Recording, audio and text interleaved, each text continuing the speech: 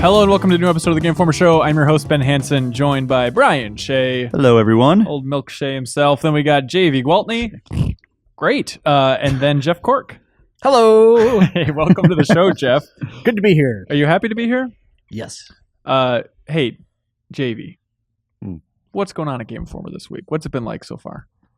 This week? Yeah. I've been transcribing a lot of interviews. That's my week. Okay, what about everybody else? What's the tone of the office? What are people up to? It was raining, and people went, oh my God, it's pouring. There's some little game out called Quadrilateral Cowboy. That's right. This is JV's love. His swan song at The Game love of his life. Wow. All right. So we're going to be talking about why JV loves this game so much, because boy, does he love it. It's the exit interview, if you will. Wow. It's like, he has a girlfriend that he's just madly in love with, and then he leaves the room and we're all like, her? I don't know, maybe she shines. What's her when name they're in Arrested alone. Development? Uh-huh. Was it Anne? Anne? Yeah, It's Anne. We're also talking about Double Fine and Headlander with Jeff Cork, talking to Brian Shea, first of all, about Comic-Con. He went there. It's going to be a fun chat. Then we're going to be touching on Kentucky Route Zero. We Happy Few. Got a lot of stuff here and there. After that, and after some fun, hot emails, we're getting back to the Game Club. Deus Ex Human Revolution is the second part of our Game Club. So we're going to be talking about everything from when you first go to China to you do a bunch of little side quests and a bunch of stuff, go all over the globe, and then when you return to China, that is when the conversation stops. So again, if you'd like to be a part of that Game Club, play Deus Ex along with us, or at this point, you can send in your thoughts to podcast@gameinformer.com about the entire game, because the next Game Club is going to be up through the finale, so we'll cover all that stuff. So podcast@gameinformer.com with your thoughts on Deus Ex. We'll talk about it all. You excited to be on the Game Club, Jeff Cork? I think that I lived up to my commitment, so yes. Okay. Hey, Yeah. real quick before we get to Comic-Con, Yes. things people can buy right now that you might be into. Yeah. Marvel Ultimate Alliance 1 and 2 was Huge. announced at Comic-Con, is out now. I have not played the updated version for new gen consoles, but the first one is one of my faves. Really? On Xbox. Is it just because 360. you didn't have Diablo on a console and so you made do with this? I like it because it is off the rails, cuckoo bonkers, stupid. It is like the dumbest, funniest game. Really? Yeah. In like a Marvel vs. Capcom kind of way? No, in a like Fin Fang Foom is in it, and MODOK is in there, and he gives you a quiz. There's like a level based on like the character arcade, and you play like all kinds of terrible mini games. It is just out of control. It's I think I need to fantastic. play it. I heard the You port need to isn't play great. it. The PC Well, the port PC is port is the garbage. broken one. Yeah, Okay. From what I'm hearing, anyway. I Okay, haven't well, that's the played. one I'll be playing. So you're Look gonna want to play forward to it. that. Sounds good. Also out now, Yes. officially out, even though it's already sold 2.2 million copies on Steam. A Starbound is out now, everybody. Oh, so hey. we can all finally play Starbound, that Yeah. cool Terraria in Woo. space type of thing. But we should get to Comic-Con. Yes. Brian Shea, this is your first time at the show. It sure was. How did it go? What was it like? I think it went pretty well. Not as many games as a thing like E3, obviously, but a lot of cool happenings. I got to see like the South Park panel, which was awesome because it's like the 20th anniversary of that show. You got to see Matt and Trey in person. I did. Like I was only like a few rows back too. What was the highlight of that panel? Talking about, I mean, from a gaming perspective, it was kind of cool to hear them just like recount how garbage the N64 games were, and like that they had like no involvement with them, and then they were just like, yeah, we're not doing any of those until like we can make it actually look like we're in a actual episode of South Park. No, Which I read that recap. I mean, we talked to him a lot about the stuff on the cover story trip years ago, but it was interesting because it's like, oh yeah, we're not going to do it until it can look good, but there were plenty of crappy South Park games beyond the N64 ones. There they were. just they make it seem like, oh, it's just N64 polygonal garbage, and then Stick of Truth, which is great, but like, what, they had Tenderman's Revenge. and, like, Tenderman's all those Revenge was weird- like the low point, wasn't it? I think so. Yeah. And was then that the Tower Defense the one? Tower Defense one was a different one. Tenderman's Revenge was like a platformer, I That's thought. right. And It then was there's like terrible. Go-Go Tower Defense. I thought that or was whatever like that called. okay though, right? Like it wasn't like awesome, but it I was. don't know. I don't know. But just hearing them talk about games was fun. Yeah, it was cool. And then they, they're just kind of reminiscing on like what it takes to make an episode. It was kind of like just like the 6 Days to Air, that documentary. It was Really good. It was just, yeah, it was awesome. If you haven't seen that, I highly recommend watching that documentary. But it was cool just kind of like having that knowledge in the back of my head and then going into this and like listening to them expand on like all the times they almost missed like getting to air, and like I guess like they did Team America, and then like they were like, we're jumping right from Team America to doing like an entire season of South Park, and like they made it to the last episode and they were like, we have no idea what we're doing, and then like they had like 4 days left to make this episode, and they're like, we made it this far and we crapped out in the last episode of the season, and then they're like, screw it, let's just have Critter Christmas, and that's how That classic episode. that now. episode that just ended in horror. Yeah. But everybody loves that episode for some reason. So you think the fractured butthole is going to be coming in just as hot as that? Because they say it's still coming out this year, right? Yeah, well, the official date I think is December 6th.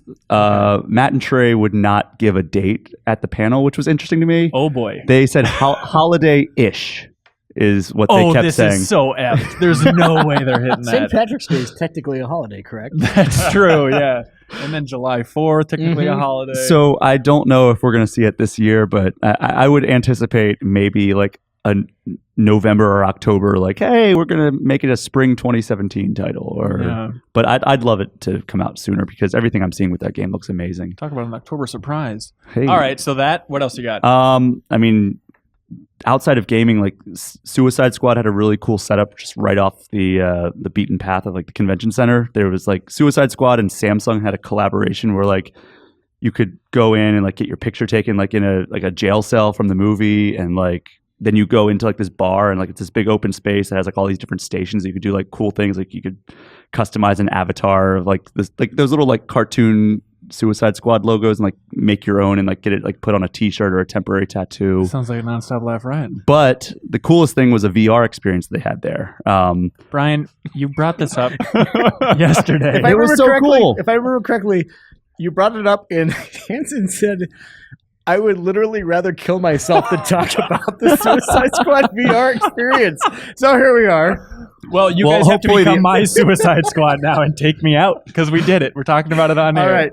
So here we are. Well, yeah. So it basically puts you right in the middle of an action scene, and you're looking around. You can like see all the different characters split up, like taking on bad guys, and then like it's just really cool to be in the middle of that, like in VR. And then VR is the future, everybody. And then afterwards, it puts you in like the first person perspective of Margot Robbie's Harley Quinn, and like seeing her like go through that in like the first person. It was really cool. Genuine question.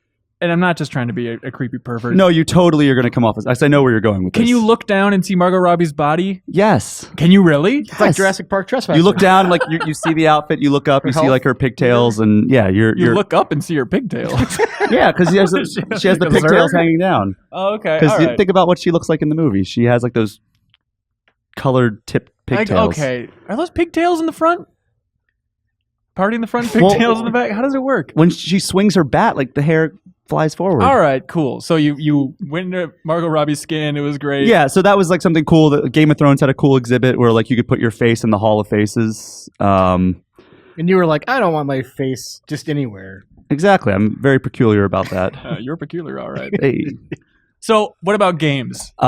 Gears of War 4 was pretty cool. They had a new campaign sequence. And so if you've been following our coverage of Gears of War 4, you know it's a trio squad. So there's three. There's Dell, JD, and Kate. Yep. Yeah. And this time it was a squad of 4, joined by none other than Marcus Phoenix. Oh my God. They were pretty cagey about getting up to 4 and Marcus's involvement on the cover story that Javy and I were on. Yeah. But yeah, so I started up the demo and I'm like, there's 4 people in this squad, and I look around and it's Marcus, and that was pretty cool. And so did you walk around then and tell everybody there were 4 people in the squad and Marcus is one of them, and that's pretty cool again and again and again? Yeah, over and over again.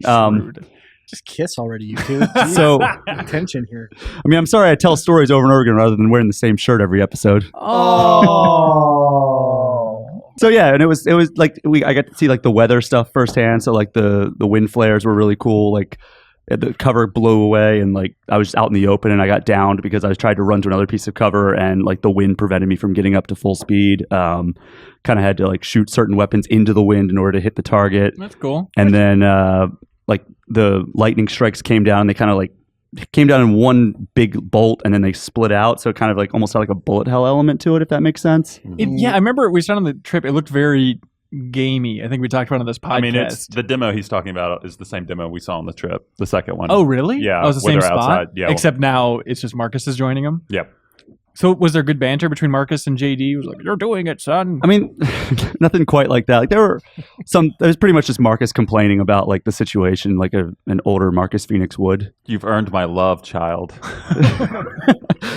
But it was kind of cool to hear like the same thing, like the same vocal lines delivered like as a slightly like older Marcus. Does it like, fall into like that old Snake camp where it just becomes like so gravelly? It's just it's nonsense. not like, I mean, it just sounds like almost like, I don't know, Marcus was so gravelly to begin with that like I guess it's just it sounds slightly more gravelly, but not like to a ridiculous extent for that character. Like he gets down and you hear the "revive me" like that thing. That's pretty good, Hey, man. thanks. Yeah, that Holy was good. cow. So like it was kind of cool to hear like those same lines again, but like delivered slightly like more mature. Can you do Bender? Same voice I'm actor. sure. No, not even going to try that one. But they revealed JD's name. Yeah, I was at the panel and they I guess Rod Ferguson did not want to reveal it, but then the voice actors and the crowd pressured him, and like Laura Bailey was on the panel and she's like, I can see Rod's about to crack. I can see he's about to crack. And he was just like, fine, it's what is it? James Dominic Phoenix. Yeah, and then so the crowd went nuts. Man, yes. the crowd lost its mind. Of course. Yeah. So I Love mean, it. obviously in tribute to Marx's old squad mate. Who went down like a champ. I think Reeves made that prediction when we were on the trip. He did Yeah, in he our was 100 like- questions Yeah, thing. he was like, D is totally for Dom, isn't it? I And think then he Rod- asked. I think he asked if JD stood for Juan Dom, and he said no. So that's as close as we got to that. But Gears is looking good. Feeling optimistic about it. I am feeling more optimistic by the day, pretty much. Like Okay. every time I play it, it looks better than it did before. I like how it makes it sound like you're checking up on it every day, like Every it's a single day. patient. But no, like I've been watching like all the reveals and everything. Like I love the Gears series, and like I was nice. kind of let down by Judgment and hoping for something more along the lines of 3, and it seems like we're kind of getting that. And we're going to be learning more about Horde mode at some point soon, which I'm super excited for because I think that's the mode I pour the most time into. Yeah, Horde the door. So another series that you're in Ugh. love with that maybe has let you down over time. Sonic the Hedgehog. I have no idea what you're talking about. This is what I want to talk about, Brian Yes. Shea. This seems like, Sonic. to me, maybe the biggest news to come out of Comic-Con gaming-wise. Yeah. So the Sonic 25th anniversary party happened the Friday of Comic-Con. Okay. And they teased like all these announcements. And the first announcement was like Sonic Mania. So that is the name of the game. It's kind of a strange name, but yeah, it's been rumored a little bit that they're going back to 2D retro stuff. Right? I mean, they've done that for the past few games, like Sonic Generations. Yeah, It's been polygonal though, right? Yeah, it hasn't been like the retro sprites like we're seeing Right. now. So that's the cool thing is it's like retro sprites. It's done by the guy who did like all the ports of like Sonic 1, Sonic 2, and Sonic CD to like Xbox 360 and then like 3DS. Interesting. Well, Okay. Sonic CD never made it to 3DS, but like yeah, Christian Whitehead and his team at Pagoda West are working with Sonic Team to do this game, Interesting. which is the first time I think Sonic Team has ever collaborated with an indie dev. Yeah, well, technically, what is the Aside from the Boom ports, guys? well, that's They're independent, but I don't not- think Sonic Team was involved with that though. Oh, okay. I think so that this was they're just actually a them. little more hands-on. Yeah, this time it's like actually like Takashi Iizuka and like who's the head of Sonic Team, and like the rest of the Sonic team is working with Pagoda West, who I think is based in Australia. Oh, interesting. So the trailer, it had some confusing word in there, but this isn't like a remake. This is completely Well, new. Here's the thing: it is a completely new game, and they have like it seems like it's almost like half and half, where like it's classic zones. Like I played the demo that was on hand at the party, and the first zone I played was Green Hill Zone from Sonic 1. Same music. Yeah, and then there was also, I mean, I think it was like an altered version or like an updated version of it. Okay. You tell everyone at the party to be quiet. You're trying to listen. Well, yeah, I mean, there was a band performing live on stage, and I put on headphones and went like this. How wooed. That's good. No, but there were like new paths that you could take in it and everything. So it's like they rebuilt it from the ground up. Like it's still like the same main paths, but like there are new elements and new areas and like Kind of what Generations did already. yeah, a little bit, but like you know, it controls just like the old games. Like the momentum builds up the same way. Like that was the big letdown for Sonic 4 was like the momentum and the physics were like still not great. But like this, it feels like the old I forgot games. about Sonic the Hedgehog 4. Yeah, Episode what a 1 letdown. and 2. Tim Turry liked them a fair amount, but I think he still gave him like a 6, didn't he? I think it was a little bit higher than that, at least for the first episode. But Well, the first one was the bigger mess. Like the first one had like where you could just like casually stroll around a loop because there was no momentum physics whatsoever. but this game, Sonic Mania, it felt good. Yeah, it felt great. It felt just like I was playing a game on Genesis. And like the art style is like in certain still shots it looks just like Sonic 1, but like it's really like a combination of like Sonic 1, 2, 3 and CD. Like they What does kind that of mean? like they've like made their own graphics and sprites based on like those. It's kind of like they're blending elements of all those games to like make Huh. the visuals. Like they're like when Sonic hits a spring, he does that like little like spinny move that he does in CD where like he doesn't just go straight up, like he kind of spins and then like Okay.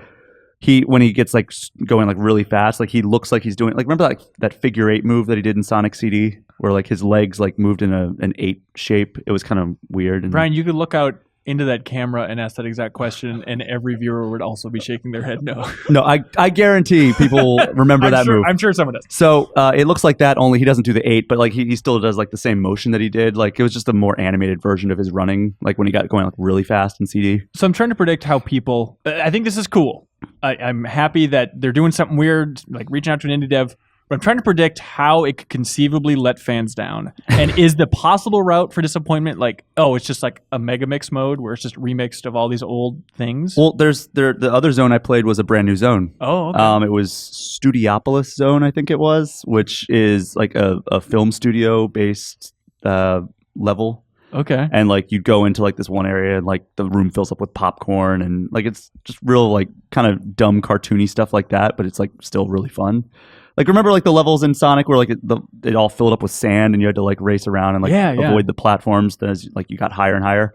It's kind of like that, only like, you know, it actually was just like pushing you up and like it was almost like air was pushing you up. So little like weird things like that, and but it was like super fun, and like you weren't always running like left to right, like you know you hit the loop and then suddenly you're going this way. It's just kind of branching paths. Is this wild dream come true for you as a Sonic fan? Are you worried about anything? I mean, I'm worried about the level design just because that's always been an issue with the more recent games. Like you're going so fast, and then like if you look at Sonic Generations, for example, like I loved the first half of that game, and then once you got to the modern levels, like especially the Sonic 06, I think it was Crisis City was the level. Like it was just all like these like random like, all right, here's an instant death pit just in the middle of this path that you were running along, and like you have no time to react, and that's the stuff I'm most worried about. But I think that the people who are working on it have like a good grasp of how like those levels should be designed. Like, and I didn't see any of those like red flags in this level, like the levels that I played. So Robotnik's in it. I didn't see him, but like I mean, I did fight one boss, and it looked like Robotnik, like designed type stuff. Like, all right, it looked like it had like it was just like these two balls, and they were swinging around attached to a chain, and you had to like knock them out, and like once one went away, then it started like bouncing, and yeah. So it's coming out this year. I think they said spring 2017. Okay, and then they also announced another game at the party. Which is just called Project 2017 at this point. Like, there's no like a final title, but it looks like it might be Sonic Generations 2.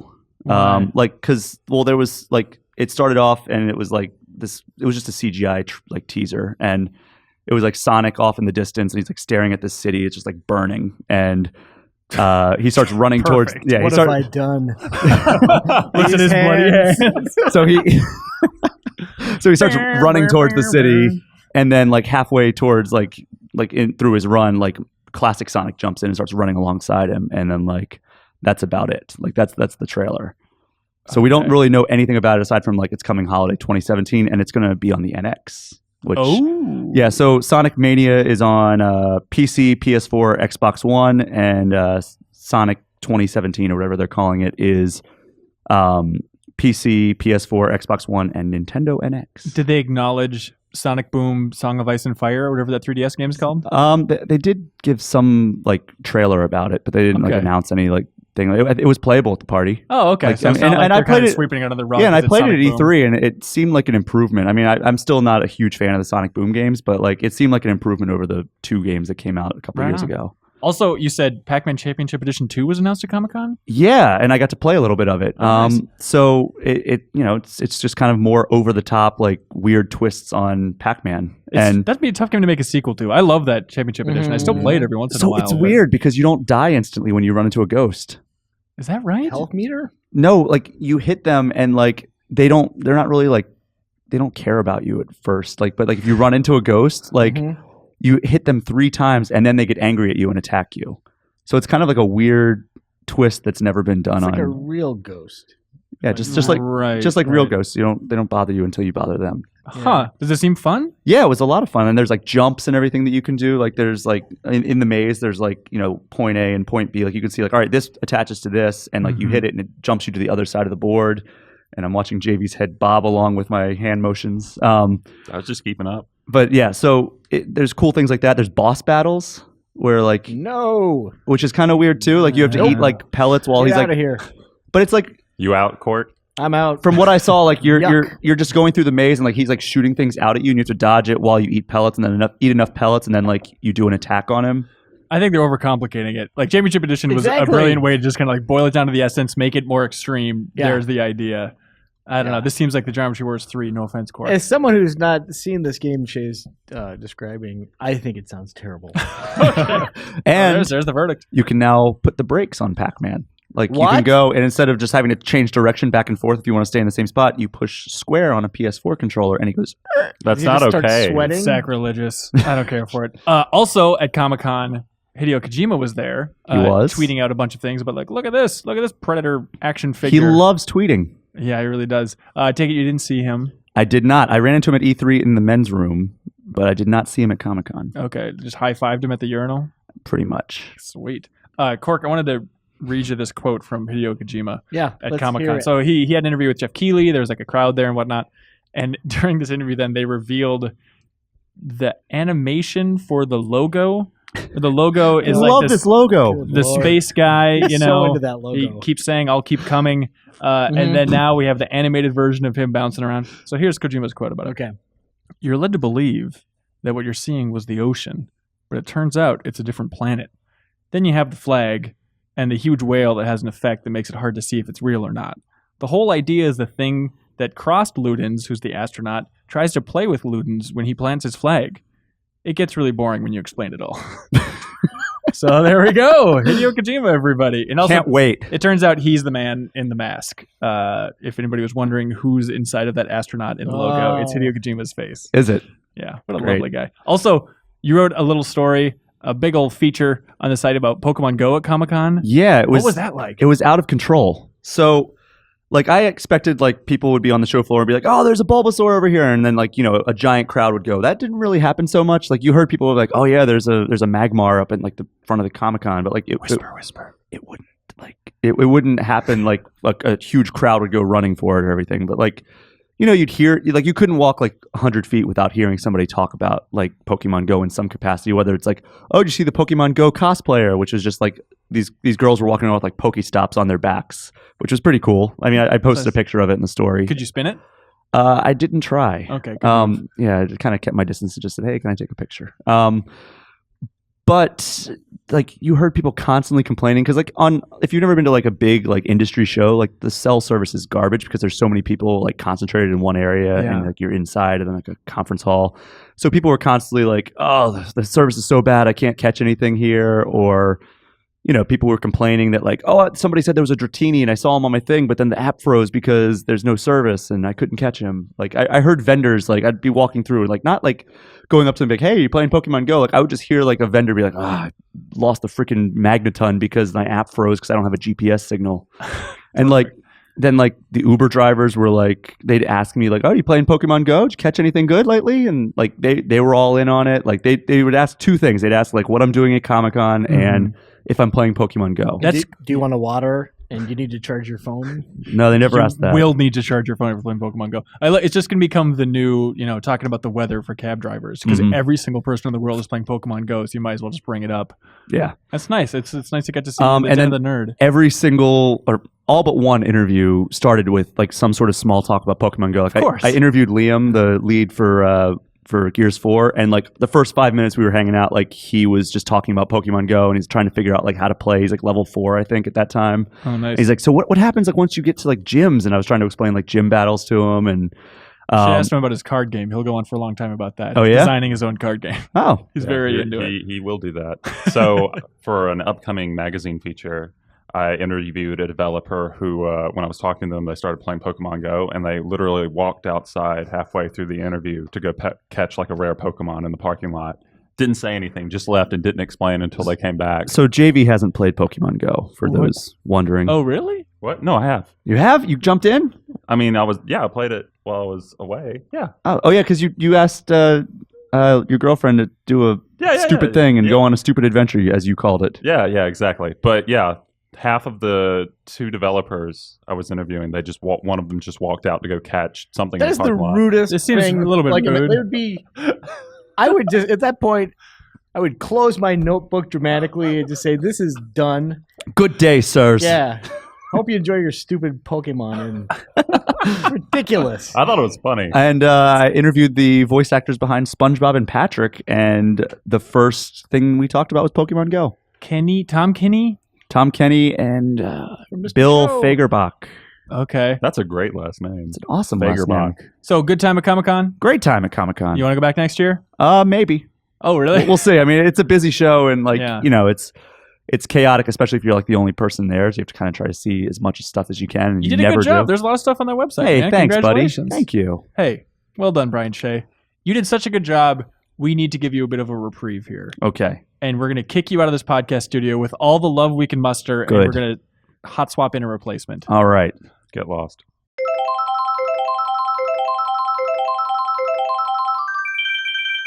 And now we have Kyle Hilliard, everybody. Hey, I hope you got. I'm like the blue shell, right? Could be worse. That's exactly it. Welcome to the big show, Kyle.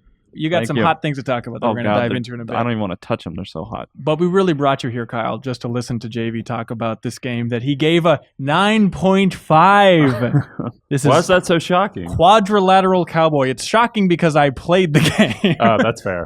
No, a little bit of it. But Quadrilateral Q Cowboy. Let's just call it Quad Cow. Please, Quad Cow. What is this game? Why do you like it?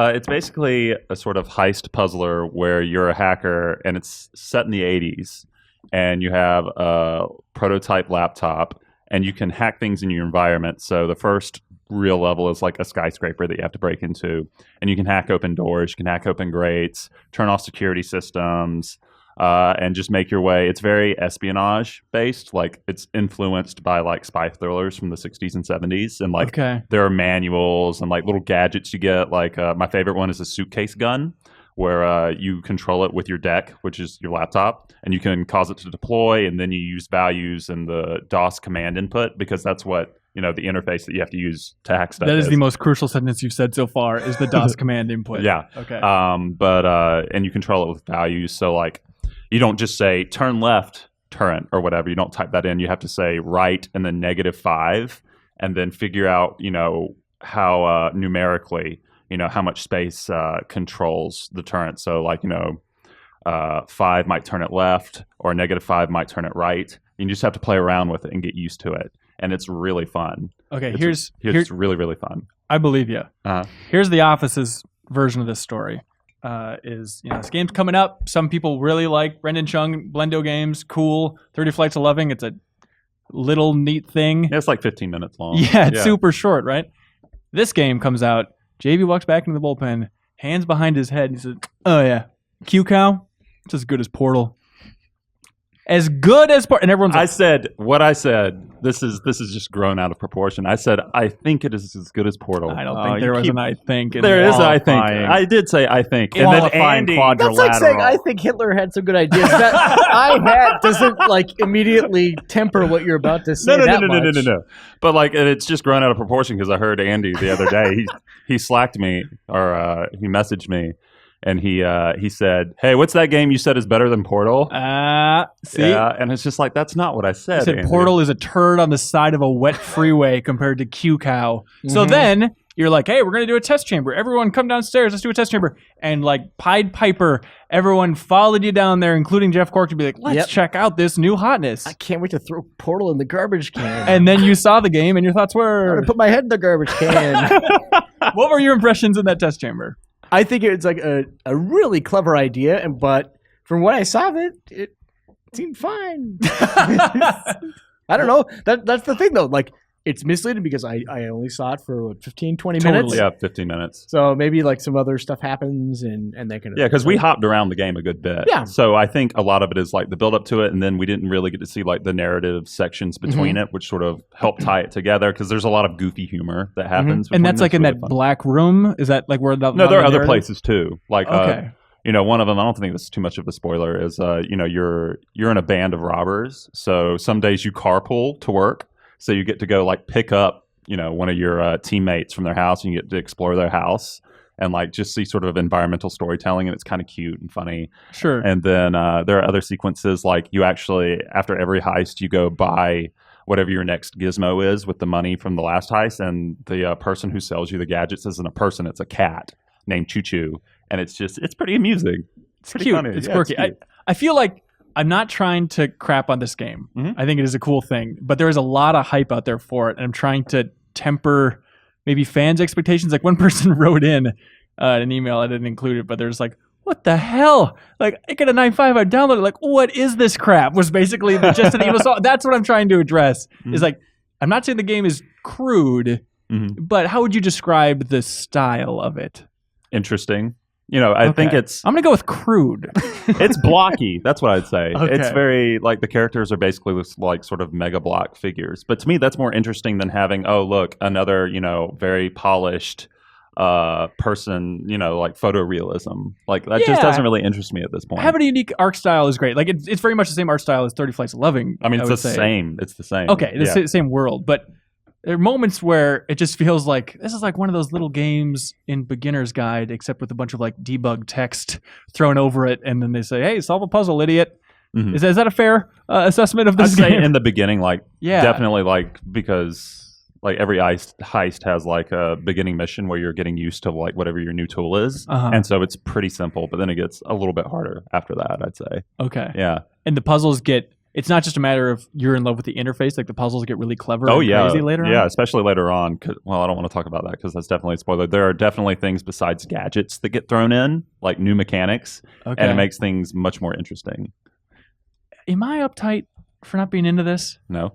Because I play it and it's like, man, I'm all for some hipster, weird little indie thing. I think this is my limit. I think Lindo Games' games might be my hipster, weird little indie thing. Well, how far are you into it right now? Man, I mean, not that far. Maybe give it a bit more. I maybe played it for 40 minutes, and a lot of that was starting over, being like, I'm gonna play with the commentary on. Maybe it'll make more sense then. And still, nah. Give it another hour. Let's see. Did you check out the commentary version? Yeah, I checked out the commentary version. I played around with tourism mode a little bit after I finished the game, which is a neat little addition. That's something that a number of developers are doing now, I think, with accessibility in mind, where like if you just hate the puzzles in this game, you can just turn them off and just proceed without like messing with them all. Unlocks all doors, turns off all the alarms. And it's just, if you want to explore, that's a thing you can do. Are you going to have an okay experience going through then? I mean, it's hard to tell because like I did that after I played the game. So, going back through it was definitely interesting just having the power to do that and just explore at my own pace. But, I don't know if like it'd be an interesting experience just to do that right out the gate. Yeah. But, it's nice to have that option, I think, for someone who doesn't really want to mess with like a certain puzzle, because it's not turning it off for the whole game. Like you can select a level, and if it's giving you trouble, you can just do tourism mode for that level. Yeah. Yeah. Is it decently long? Like how big is this It just depends. It's Joe was asking me earlier, and it depends on how dumb you are. Okay. So I think for me, it was 5 hours because I'm really dumb. But, 2 to 4 hours, I'd say. But you love adventure games. You love puzzles. So 5 hours for somebody who I would assume is decent at puzzles, right? Yeah, sure. Let's say that. Okay. Yeah, so 4 to 5 hours probably. This feels like a real indie darling. This might be the definition of that indie darling term. I really like it. It almost is, we've talked about this a couple times, like we've seen the resurgence of like 8-bit and 16-bit, and we're kind of like, hey, when's the next wave where retro becomes like the PlayStation era N64 graphics? Like I wonder if is this like that first wave of that new nostalgic, like, it's kind of, I mean, is it built in the Quake engine? I know 30 Yeah, it's the Doom 3 is. engine. Okay, yeah. So I guess it kind of fits into that. I mean, there's like the back in 1995 or whatever, that survival horror game that kind of was also going for that vibe, but it definitely feels like, is it retro or just unique and a little bit easier to make? Like, what's the reason behind the art style, do you think, JV? Well, I was talking with him today, and I asked him about it, and he kind of sidestepped the question. Because he had to go catch a Magmar? No. I should have asked him about Pokemon Go. What are your feelings about Pokemon Go? But no, he pretty much said it was a combination of, well, this is easy to do, and it's more interesting than photorealistic stuff, which I kind of, I agree with. But he was pretty, I mean, that was his reasoning, was it's easy to make, which I like that sort of candor. Yeah. So, Sure. Any chance you're going to play this, Kyle? Yeah. I have it downloaded. I like puzzle games like this. I really want to know your feedback on this. I would love to hear if JV's completely out of his gourd here. There's a couple things like out of the gate where like you mentioned like moving the turret like inch by inch. That is not good puzzle design to me.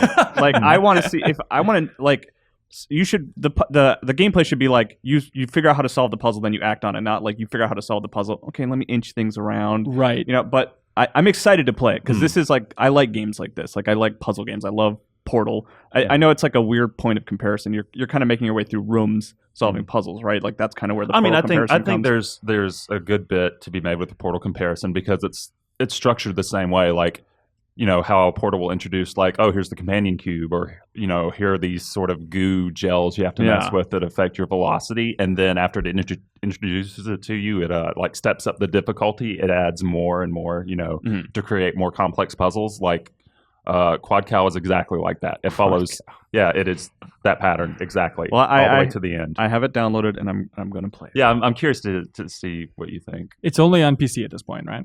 PC, and it's kind of weird because I reviewed it on Mac, but the Steam store says it's not available on Mac and Linux until September, but I reviewed it on a Mac, so I don't know. I don't know what the story is there. Did he accidentally release it on Mac? Yeah, I should probably let Brendan know. I should send him a message. Oops, sorry. It's part of the puzzle. Have fun. But PC only right now. All right, you love it. Yeah, I love Please. it. It's my favorite game so far this year. Wow. I would really love people to play this and too. send feedback and emails in with your experience with Quad Cow. Let me know if the rest of us are too uptight or if JV's just that crazy. hip. Yeah, I would love to know. And if you're like an FBI profiler, if you could get inside this clown's head and tell us what exactly is going on, I would really appreciate it. Yeah, speaking of getting inside someone's head, Hey! Headlander, everybody! Ta-da! Double Fine's new Metroid-y type game. As Andy likes to call him, a Metroidvania. Sure, Metroid-esque. So Double Fine's new game, Headlander. It's a little bit like stacking, same like director as stacking, except in this one, instead of jumping inside other people and like Russian stacking dolls, you're ripping off their heads and jumping onto their body with your own head and then controlling them. Exactly. They're robots, though. So it's fine. All's legal. All is legal. Yeah, it's like Gigolo Joe in AI. Do whatever you want. It's just a robot. What'd you think of this game? I thought it was really good. It was a lot of fun. Just a fun little downloadable game. Yeah, absolutely. All right, moving on. Videoball. No. Done deal. No. What do you funny, want to know about? Yeah. It seems like one of the more solid Double Fine releases in a little while. I mean, I know we like Broken Age a lot, but it seems like they've been releasing these same scope games moving forward. A lot of them based on like the initial Fortnite, and this one stands out. I was like, oh man, it seems like a lot of time went into this. Adult Swim is the publisher. It's true. But just the amount of detail in the world, I've played like the first hour and a half or so, and it's like, oh man, you can talk to all these people on the ship. There's a lot of crazy different rooms because a bulk of the ship is moving around this one large space station. Is that fair? And a lot of them are just like weird rooms. Like early on, there's a lot of obsession with shag carpeting because it all has like this 70s sci-fi aesthetic. Yeah, and like characters are just lying on their backs. Just right. They call it the fondalarium. Yeah. And they're all like rubbing the shag carpeting, talking about how sweet this is. It's weird. And then you go into another room, it's filled with TVs, and they call it the boob tubery. Yeah. There's a lot of fun, quirky stuff that a lot of people would expect from a Double Fine release, but it seems like the amount of production values that went into it, and then also just if you're a Metroid fan, it's like there's a lot of things to grab onto here that I think people will have a good time with it. Yeah, I played a preview build of it a couple of months ago, and I was pretty impressed with it just because, like you said, it's much more polished than Double Fine stuff usually is. Like, it was genuinely nice to look at and experience, whereas most of their other games will be like, oh, this is quirky, oh, I like the writing. But yeah, this kind of sucks to play. Like, what's the one they did a while back? The Cave? I like the Cave. I like Cave doesn't play very well. The Cave does not play well at all, but I love the writing in that. I like the Cave too, by the way. Like I don't hate the Cave. It's just like I don't like playing it. I don't like the trouble of going to play it. But when I played the preview build of Headlander, I actually enjoyed like actually playing it. And speaking of their other games too, one thing that stood out is just how, I don't know, maybe there's not enough of a connection, but looking at the design of the ship, it's like, oh, it kind of looks like Shea's spaceship. In Broken Age a little bit. It's like an orange spaceship, and in that they were obsessed with knitting, and this one's like, oh, it's just shade carpeting. It's not that it's reusing assets or anything, but it's just like, oh, I wonder if they thought about that comparison. Oh, and like Kyle pointed out, they're boots. There's a very distinct like Double Fine boot. It's like a 60s mod heel kind of thing. Going on there. Like the toes are really short. Like it's been since Psychonauts. Like Raz's feet, like he had long legs and then little toes, and that's like every and then Headlander and Broken Age. You laugh, but throw up pictures of all those protagonists. No, just like the way you said long legs, little toes. Long legs, little toes. It's like you're talking about a kid. It's a folk song that I'm actually working on writing right now. So how Metroid-y is this thing, Cork?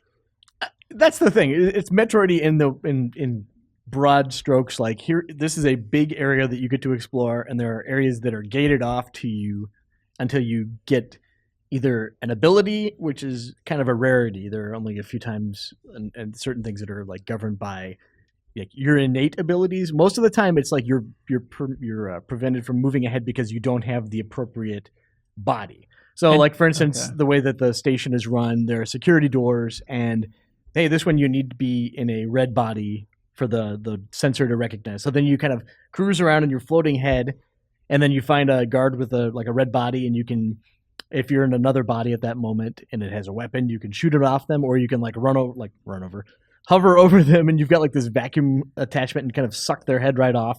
And if it's like a red one in particular, they're shooting at you the whole time, so it's not necessarily a freebie.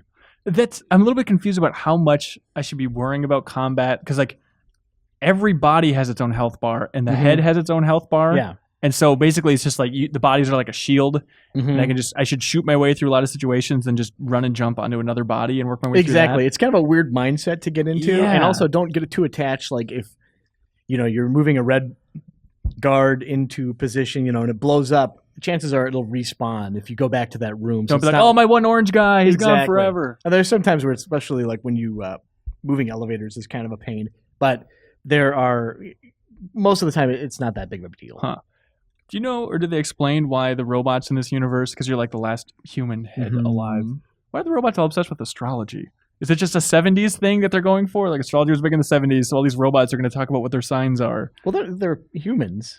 Well, okay. They uploaded their consciousness to the cloud. Oh, so naturally, of course, they'll talk about astrology when they become absolutely. robot people. Well, I mean, if you live on a space station, like that kind of person's going to be into space and stars and stuff. That's true. You're in the middle of Taurus. You can't get away from it. Exactly. What'd you give given this thing? 7.5.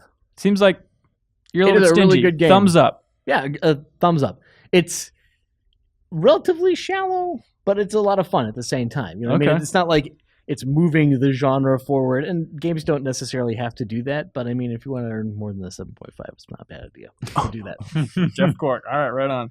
Hey, Kyle. Hey. A game that is not reviewed yet. That's right. But we should talk about because it's in Xbox's early access thing. We Happy Few. Yeah. People might have seen it at E3. It looked Bioshocky. It looks like this bizarre future.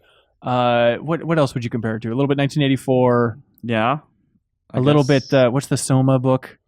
Help me out. The Soma book? The Soma book. The book where everyone takes the drugs to be happy. It's called Soma. Oh. Good Lord. I'm not Brave sure. New World? Yeah, Brave New World. Okay, thank you. All right. But it was captivating at E3 because of the story trail, and everyone's like, ooh, this looks cool. A lot of people are making Bioshock comparisons. Yeah. Now you're actually playing it. What is that like? It is nothing like Bioshock. All right. In some ways, like that E3 trailer is kind of disingenuous because the story aspect of the game is really minor. Like it sort of sets the stage for this world, and then the game is you're actually kind of in this big open world just trying to survive. Like you're tracking your sleeping, you're tracking how thirsty you are, you're tracking how hungry you are. So like you have to eat and drink and then sleep, and then also still kind of make your way through this world and survive as long as you can. The idea of like combining like a focused narrative like Bioshock with just a survival game sounds kind of cool. Yeah, I'm kind of struggling with it because like I really like the world they established. I like that E3 trailer, and that's like the prologue for the game. Like establishing that world is really interesting. That world is really interesting, but then you don't really get a chance to sort of dive into what makes that world interesting because you're so busy just staying alive. And it like the fact that everything is procedurally generated and there's like permadeath and all that stuff, like it doesn't do any favors to that narrative that was so interesting during the prologue. Like all that stuff kind of washes away, and you're just trying to make sure that you don't die. Yeah, it feels like just a bunch of game design trends thrown together when I played it. Yeah. It's like I like the trailer, but it is disingenuous to a degree. Like it's just and also the combat's pretty bad. Yeah. Like it's Skyrim levels of bad where you're just hitting things with sticks. If you're playing right, you're not fighting very much. Yeah. So, but like it's I don't know. It's I don't know what to say, man. It's like it's weird. It's not like a bad game. Like I feel like people are kind of pouncing on it because it's so different from the prologue. Yeah, exactly. it's not bad. Like I've enjoyed kind of sort of being in the world and exploring it and stuff like that. But like, it's just not what I expected. And I think what's going to happen is it's going to come out and a lot of people are going to play it, and they're going to turn it off the first time they die, and they lose all their progress and they have to start over.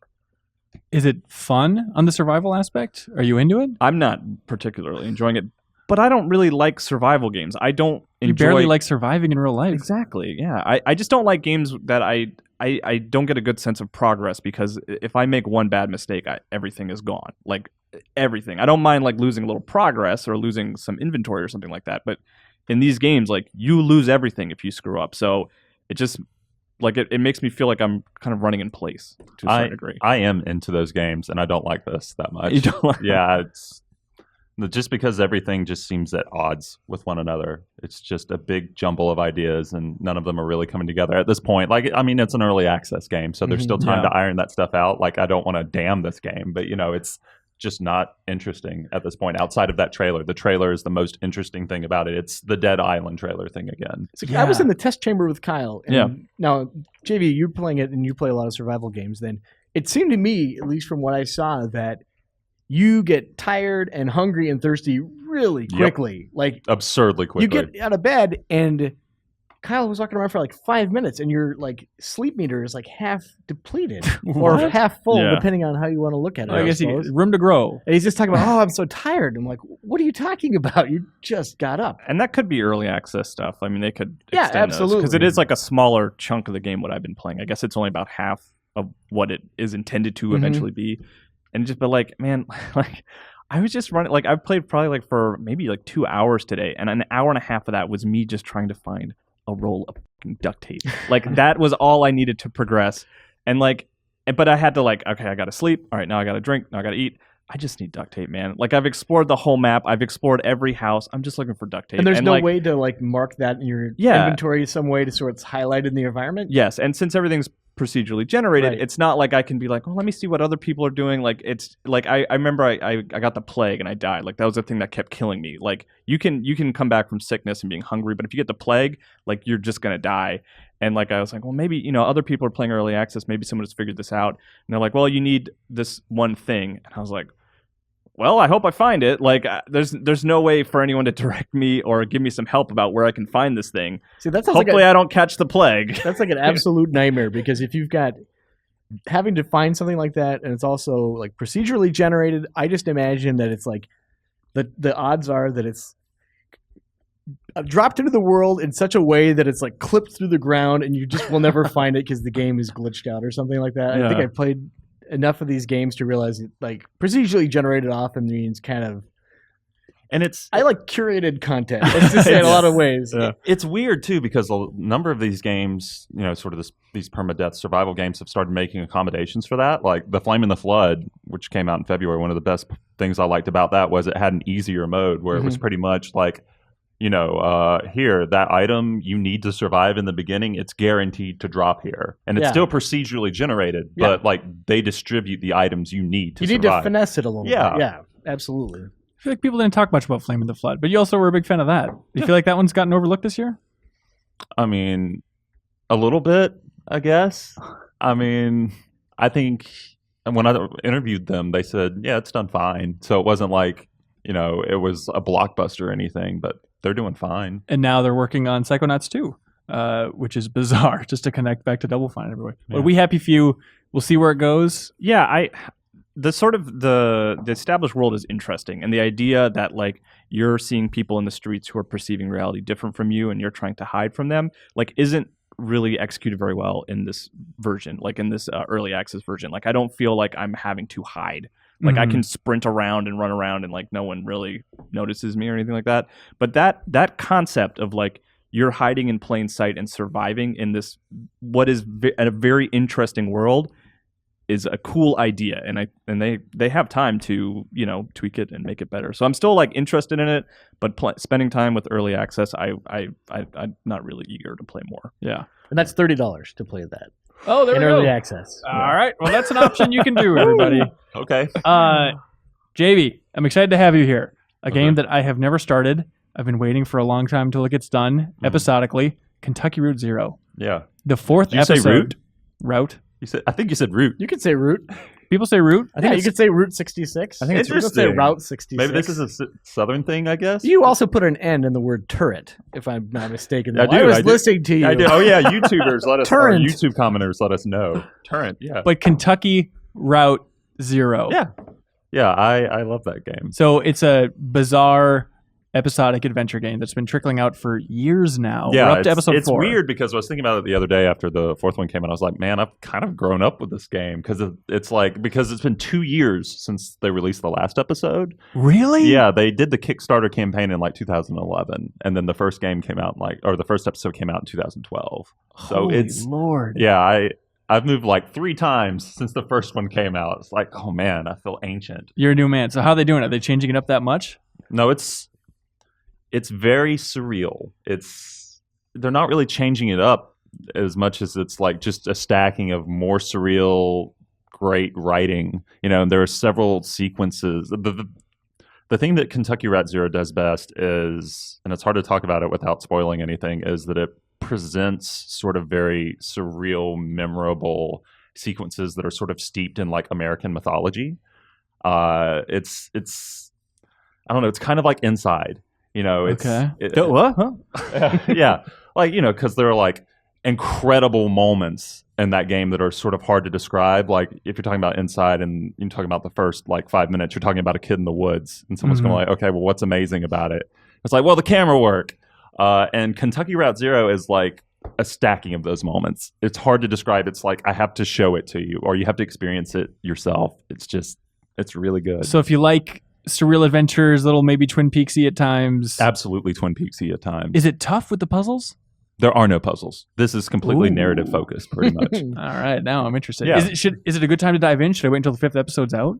No, there are this two rate. thoughts. There are 2 lines of thought on this, and I'm pretty much you should just go ahead and play it, just because it's so great and so satisfying, and like there's no point to waiting another 2 years until the next one comes out. Yeah. Just go ahead and do it. Just go ahead and jump in. But some people are very purist about this, and they're typically the people who wait until like Telltale stuff are out completely. And I understand why they do that, so they can have the whole experience. But this is just noteworthy enough on its own. Like even if you have like a negative reaction to it, it'll be a memorable negative reaction. That's what I'm looking for. All right. This sounds good. So yeah, I definitely check it out. Just Nice. go ahead and dive in. All right. No problems. Kyle, Hey, back to you, buddy. back to me. You've been playing this game. I don't think I've seen you spend more time in a review than you playing Videoball. Yeah, I've been playing a lot of Videoball. What is Videoball? It's like asteroids and air hockey crossed to like you shoot Interesting. air hockey pucks at it, and there's like 3 pucks sometimes. And Why are you playing this so much? because I don't know, I'm reviewing it. I played a lot. What do you think of it? When you have a couple people, like when you have like we did a 4-player test chamber, that game shines. Like the more people you have, the more chaotic it gets. It kind of strikes that like really difficult to hit note that like Smash Brothers I think is good at, where there's like a lot of stuff happening on screen, but like once you get a handle on it, it's a lot of fun. Super, super simple and Yes, accessible. very simple. Like literally, there's only one button input. You can shoot little triangles, and you can charge up for a stronger shot. And if you keep charging, you can create blocks that you can place on the field. That's a really weird idea. They like make that all one button. It's bizarre. Yeah, but I think it does work. And it works, yeah. But the one thing that I've sort of been struggling with is like when you are just playing by yourself, or if you're just playing with 2 people. Like Cork and I played 1-on-1, and I wasn't really having a lot of fun there. It could have been your partner. I was griping the whole time. Yeah, but it's like when you have like 4 people, like it is a good party game. I feel like, or more. Like you can For sure. you can do up to 4 on PlayStation 4, and then Xbox One and PC you can do up to 6. Okay. And you can have like multiple balls on screen, and like there's like you look at stuff like IDARB and Rocket League, which just had basically like one field. They basically like it's very simple, and they're like, this is the best way to play. We only have one field that you can play on, and it works really Rocket well. League has a bunch of maps. If that's what you're talking But about. aren't they all the same shape? They eventually changed it up a little bit. Okay. But yeah, basically. The majority guess there, the shot. Maybe Yeah. IDARB is a better example then, because out of the gate, IDARB only had one field. Okay. But Videoball has like tons. There's like 30. And they all do change how you approach like playing. Like some will have blocks that like create little mazes to the goal and stuff like that. So I like just throwing it on like random and like going into random courses. So I appreciate that. Like that's cool Yeah. that there's like all kinds of different options. So there. does it have that Rocket League sort of effect where like, okay, even if you're not into sports, you might be into this, like it might be your jam, because that was what really impressed me about Rocket League, and I'd love to play more games like that. It definitely like Rocket League, iDarb, and I almost forgot the name of the game for a second. Videoball, like all fall under the same umbrella. I feel like of like video game sports that aren't really based on real sports but are fun, you know. But there's an arcade mode in Videoball which I'm not super in love with either because it's really balanced towards the computer player and like to the point where it's like it's meant to be really challenging. It is, but it quickly becomes just unfair because like your goal will take up like the whole left side of the screen. And your opponent's goal will take up like a little bottom piece in the corner. And then it's like 2 versus 2. Perfect. And so like the arcade mode, I made it through. But it was just because like I just feel like I have to do this. I'm not really enjoying myself playing this arcade mode. The best way to play the game is with at least 4 people. So if you like local multiplayer games, sports things, super simple party games, go for it. Yeah, I think so. Yeah, right on. Hey, anything else anybody wants to talk about?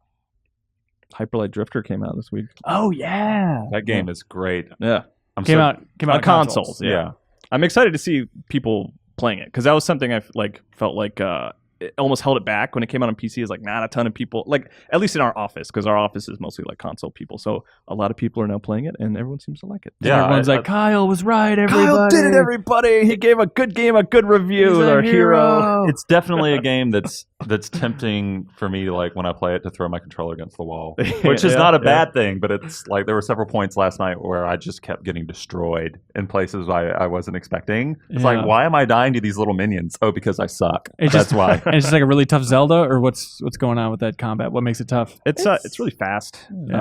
It's very, and also like you deal a lot of damage, but you can also take a lot of damage. Like you have like 5 pips of health, and enemies have like the same amount of health. So yeah, everybody's glass cannons, so it's cool. Yeah. So it's cool. Go play. Hey, should we move on to emails, everybody? Mm-hmm. Let's do it.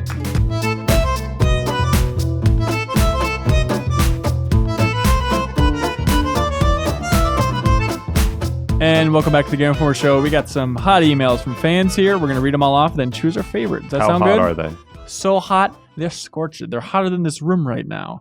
It's pretty hot. So to kick things off, Daniel Steven has a great question. Jeff Cork, you'll like this one. Stop staring at me. Hey, I'm Dan from New Jersey. Hey. And you are the star-studded GI crew. Oh, honestly, I love the show and find it akin to a Grande Nacho Supreme at Taco Bell, full of variety, flavor, and calories. Are you sure this isn't Dan's hack? No, thank you, Daniel. He's great. Speaking of variety, we got Kyle here now, so you never know what you're going to get. That's right. Let's see. Anyway, I have some questions about your show that make little sense. I started listening recently, and I'm curious about the prize given to the email winner. Not only am I unsure of what the prize is, but how do I obtain said prize? I know I got to write a decent email, but you don't know where I live. Do we need to include our address? Do you email the winner back? This is all info that would be pretty dope to have.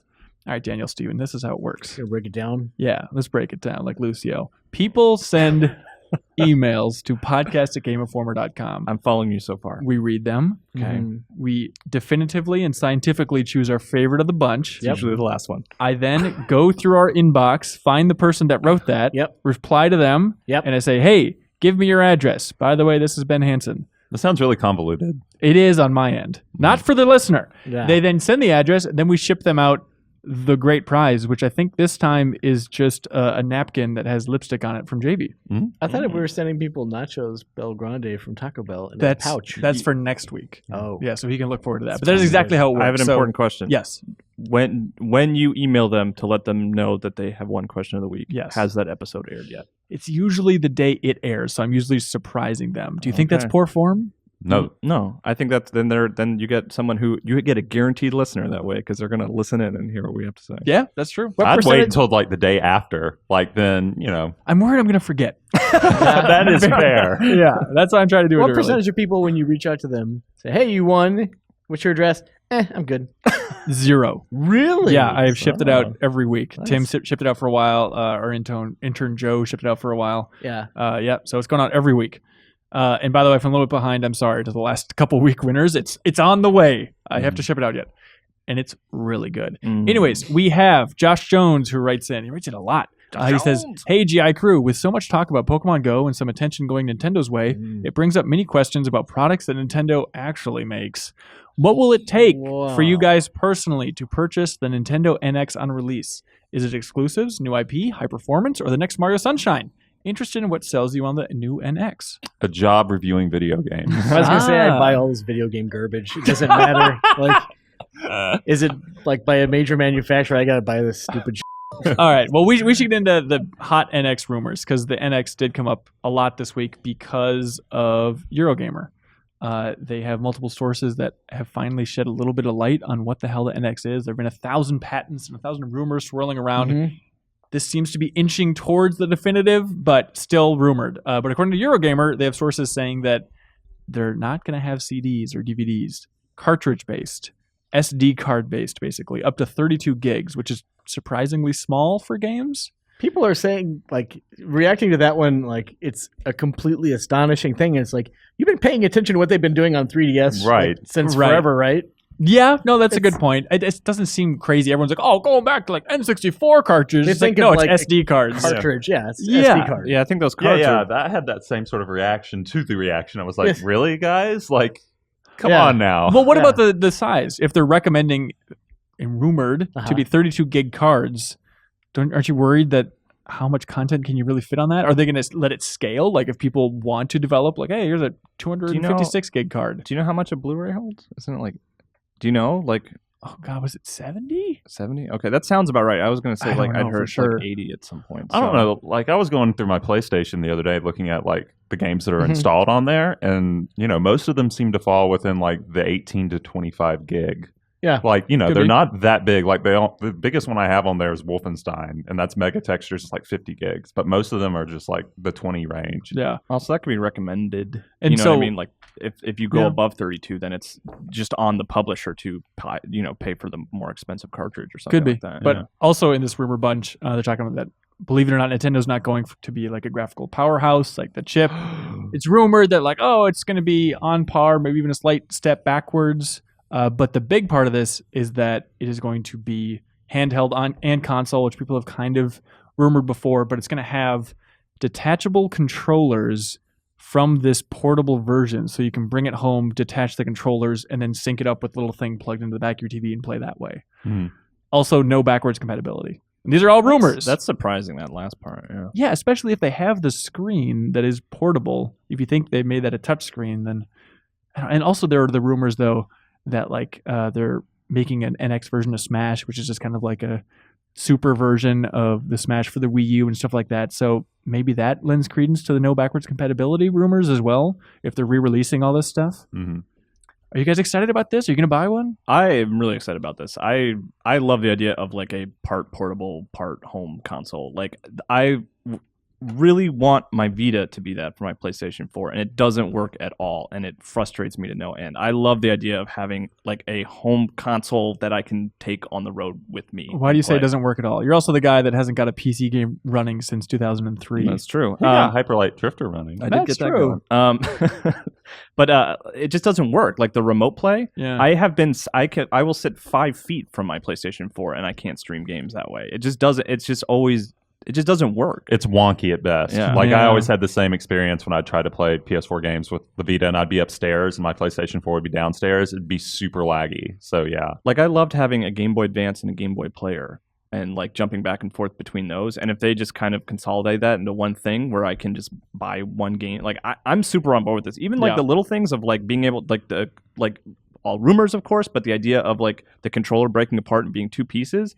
This is a weird specific thing, but I always loved that you could hold the Wii remote and the nunchuck and like keep your hands separated and still play games that way. So you could give your daughter a half-hearted hug as you're like trying to look past her, or even just like have the control stick in your left hand like down by your leg and like interacting with you. It's like a weird, stupid thing that I like. I like the idea of having a controller that splits apart. Okay, well I don't understand how this works, and obviously it's all confusing. It's all rumors and whatnot. But if you're breaking apart the controller, basically like you're taking the sides off a Wii U controller and then you're playing on your TV with those controllers. What is the screen doing? Is it just a second screen experience? Is it just nullified? It doesn't do anything when you're at home? It would have to do nothing, right? Why would it have to? Because otherwise, when you're playing it just on that screen, what becomes the second screen to that? Oh, I suppose so. Yeah, I never thought about that. You're like an app right. for your phone? Could oh my be. God, it just goes all the way down, doesn't it? Turtles all the way down. Anyways, Nintendo X, I'm really excited about it. I'm excited to know what is and isn't just complete BS. I mean, That's it's true. exciting. Like, Yeah. are we excited about the rumor? Is that yes. what you're, okay. Yes. I'm excited about, if they turn out to be true, I think this is a cool direction for the console because I'm a big like proponent of the Wii U. Like I play a lot of games on my Wii U because I like being able to play off screen, while my kids watching TV. And I was worried that like Nintendo would look at the Wii U and it's like, that didn't do that well. Let's kind of like rethink it and not have an off-screen experience. And I'm glad that's like still going to be the case. I'm glad they're thinking about your daughter. Thank you, Nintendo. I love the idea of you going on a trip and taking that with you, and then your family like excited to play games while you're gone, and there's just this empty hole. Well, I guess Dad took it. Well, I'll leave a little folded card that will say sorry. I owe you. Yeah. No, just sorry. I'm not going to owe anybody anything, This is for my job, okay? This is for my Scott profession. from Minneapolis writes in. He says, "Hey guys, I'm right across the river from you." Hello, Scott. I love the show. I've been listening since the early Helgeson days. Awesome. Last week, one of you mentioned that their kid loved all of the Overwatch cinematic shorts. This was Kyle, by the way, and was really into the characters. Let's talk about my kid some more. Oh boy! But immediately lost interest when they discovered that you don't actually see your character on screen when playing. I have the exact same dilemma. I love the Overwatch characters, and I've watched hours of videos describing the game, but when it comes to actually playing it, I'm just not that interested, and the reason is the first-person perspective. I love playing games because I enjoy watching my characters on screen doing cool things, and I think it's a shame that the game forces you into a first-person perspective. So my question is, do you think it would attract more players if more first-person shooters gave a third-person mode? It would break balancing, though, wouldn't it? What I'm you sure get a wider view of the battlefield, yeah. Yeah, I guess that is the difference. And we talked about like in multiplayer games where some are playing first, some are playing third. Yeah, and I guess you do have that wider perspective. Like with kill cams, you can look at from third person. So like the animations don't work in third. But I feel like they still cram plenty of personality in Overwatch into the first person perspectives, even like reload animations, which we broke down on Game Informer a while back.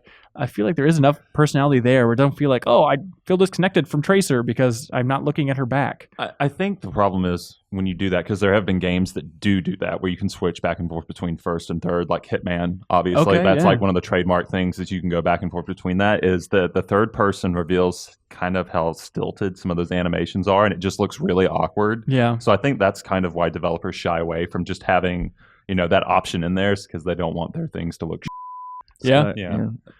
Bethesda games. Yeah. Yeah. Fun fact, I remember Todd Howard on the Skyrim trip. He said that in America, like in the US, a crazy majority of people play first person. And that in Europe, a majority play third person. It's like just weird defaults that are switched across the Atlantic. Yeah, that's interesting, because I always play first person when I can, no matter I feel what. like most people do, Yeah. but I think that's just an American thing. What was the core question that they asked? Was like, Why don't would it more attract- first-person games or would it have- attract more? It would would attract- it attract more? I think it would, but I don't necessarily think it would make a better game, but I do think it would attract more people just because they're used to it. Like, if someone who's played like World of Warcraft, forever has that viewpoint and they're used to that viewpoint, and they want to check out Overwatch and they know, oh wait, I actually have that option, I can play from this vantage, then I think they might check it out. But it's 2016. I think people can get over first-person perspective. It's not like, what is this crazy thing? Apparently But not. he just wants to look at the pretty characters, which I totally understand. But I still feel like the personality's there. The perspective shouldn't be a deal breaker anymore, right? I mean, for some folks, it sounds like it is. Sure. I mean, I'm not saying, that's like, I don't want to say that's, I mean, I don't want to say that's an invalid thing, but I get where you're coming from, because for me, it's definitely not. But, Yeah. Sure. Anyways, we got Dave from Boston. He writes in and says, "Hello, salutations, Game Informer." Do the accent. I can't do that. Do it. Do you want to read this and you can do it? Nope. All right, great. Lately, when listening to your podcast, there have been a number of classic games mentioned that I've never played either because I did not have the system at the time or was sadly unaware. Chrono Trigger, Paper Mario. As I tried to get a hold of Chrono Trigger after hearing your review of I Am Setsuna, I realized I did not own any of the hardware it is compatible with, and I am considering YouTubing the game just to get the gist. Am I shortchanging my experience if I do? What are your recommendations for classic games that are worth jumping through hardware hoops to play? One of mine would be Super Mario 3. These are some pretty light hardware hoops, I feel like. Let's get like a Retron. Go for a Retron. Even like Chrono those Trigger's cartridges are hard to come by. Chrono Trigger's on what? DS now? Yeah, that's the best way. Chrono Trigger's on iOS. Vita. Nah, is it on iOS? I'm pretty sure it's on I'm pretty iOS. sure it is. Now, wait. Is it a version on iOS where all the pixel art is just replaced? No, they didn't Final Fantasy 5 and 6 Okay, this one. all right. Yeah. So I feel like Chrono Trigger, you should find a way to play that game. All right. But are there other games that you would recommend going through a rigmarole just to get set up to go play some retro stuff? No, I think there are games where YouTubing is definitely a valid option. Something like Snatcher, I feel like. Because you would, if you look for Snatcher is a game that Kojima and company did well before Metal Gear Solid. You know, the man in the Luden suit? Yes. What is that related to Snatcher? We were talked about earlier in the podcast. Oh. Go on, JV. It's ludicrously expensive to get a copy of. It's like $300, $400 for a copy of the game on eBay is the average. And then getting, Sega CD, something that can play a Sega CD. It's kind of ridiculous. So I would definitely recommend like YouTubing that because it's definitely an experience to watch that game. Yeah. Yeah, it's wild. Chrono Trigger, don't YouTube it. That would be terrible. Because there are plenty of options. Oh, totally. If there's like a Let's Play that you're into, that's something else entirely. But that game is long, and that's not the way to experience an RPG. 30 hours. Yeah. Yeah, the idea of watching someone play a JRPG is just torture to me. Yeah. My first thought for the pain in the ass to go get set up is like, okay, there's 4 Swords, Zelda, but I don't even think that's really worth it. Or Rock Band. I still think it's worth going out on Craigslist and finding those instruments just to go play some Beatles Rock Band. And bandmates. Get some Craigslist. bandmates on Craigslist. Get some friends. Oh, except all my PS3 instruments are starting to fail now. Like the guitars are getting rough. And so I don't know if I go through round 2 of trying to find a bunch of used equipment or what I do. There's a good library of like classic PS1 games on Vita. Is a good way, like Final Fantasy 7, all those Final Fantasies you can get. I think Metal Gear Solid it might be available now. You have to jerry rig it, but yeah. Well, some of them. Yeah. I played Resident Evil 3, recently for the first time, no problem on the Vita. So that's See, the Vita's good for something, man. And the DS is starting to build its library of like classic stuff. So get a 3DS, get Chrono Trigger, and then go back and play a bunch of old Game Boy 3DS games would not and be a stuff. bad way to go. There you go, Dave from Boston. Let's see. John Shaman from Mississippi writes in and says, Dear GI, last episode, Dantech mentioned Bioshock Infinite as overrated, but didn't give any good reasons. That's what John is here to do. Infinite tries to do a literature film thing by, quote, dealing with deep themes, but only supports that extraneous feature with boilerplate first-person shooter mechanics and inconsequential choices. Am I misunderstanding the praise for Infinite being predicated on something other than the gameplay? P.S. I'm writing in hopes of winning an article of Dantech's clothing since he gave away his blue jacket. I think if he continues this tradition, the viewership of the show will skyrocket if he keeps giving away his clothing. So is he misunderstanding this? Or do people love the gameplay of Infinite? Or do they just love the story so much and the gameplay is like, that's fine? I think people like that Skyhook crap, right? Yeah, it's like, fun. I like the Skyhook. It is fun. Yeah, it's fun to roam around for a while. I'm mainly in it for the story and just the bizarre, strange moments. I don't know if I'm that mechanical of a guy in video games. I'm like, the shooting's so much better than Bioshock 2, because it seems like few people think that. It's actually reversed for me. I actually really enjoyed the mechanics and thought like the time travel story thing was, this is really neat. But by the third playthrough, I was just like, this is dumb. And there's so many plot holes here and I don't like it. But I totally like blowing this guy's head off with, a shotgun. I'm one of those guys. Yeah. Adrian writes in on the same topic. He says, hello guys, love listening to your show. And I just wanted to say that Infinite was not a good game. I don't understand why you guys consider it a near perfect game. Sure, it was beautiful, but the gameplay was terrible compared to the first and second game. Infinite was incredibly linear. The weapons lacked the uniqueness and usefulness that each weapon in 1 and 2 provided. Fights were not nearly as fun, and in general, it is just totally casualized into a modern shooter. I won't knock the story, even though I disliked it, but I would honestly give this a 5.5 out of 10. That's from Adrian. Casualized. Surprising amount of hate for Bioshock Infinite. We should ask Joe what he thinks about that email. Oh, well, he was on last week's episode when Dantech was bashing it, I think.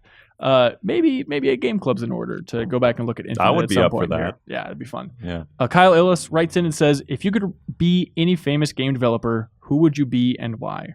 Kojima.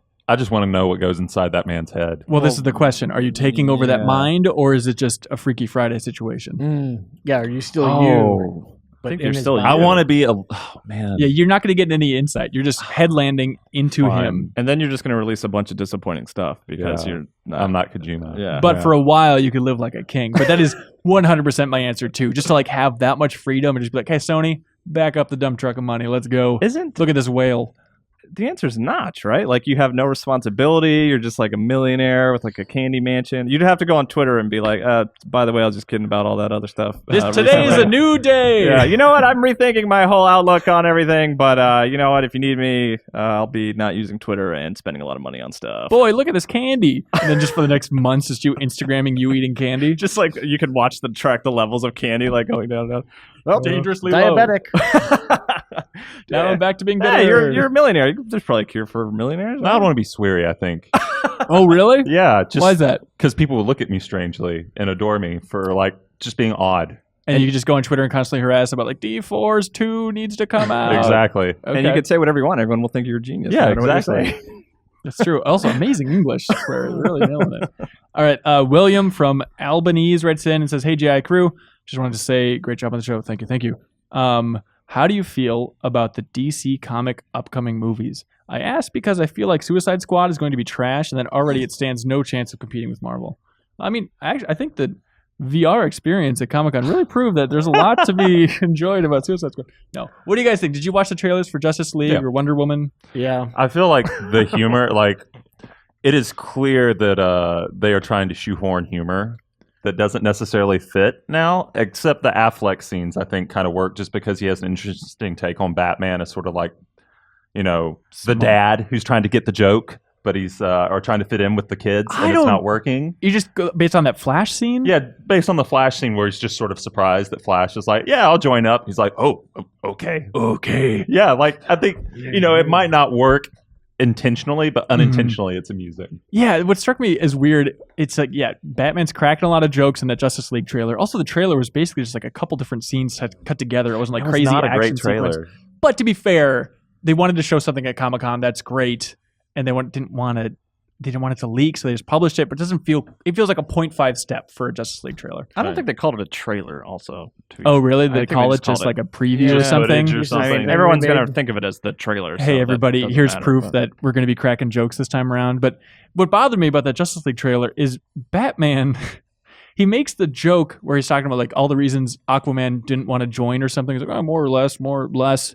And then Wonder Woman's like, oh, he didn't say yes, did he? He's like, no, he didn't say yes. It's basically like the same joke structure, which, you know, there's only so many joke structures. Basically the same as like the beginning of Force Awakens when Finn breaks Poe out and he's like, you need a pilot? Yeah, I need a pilot. You know, like just like that quick twist. It's like, all right. I don't know if it's fair to say they rip it off, but it struck me as very similar.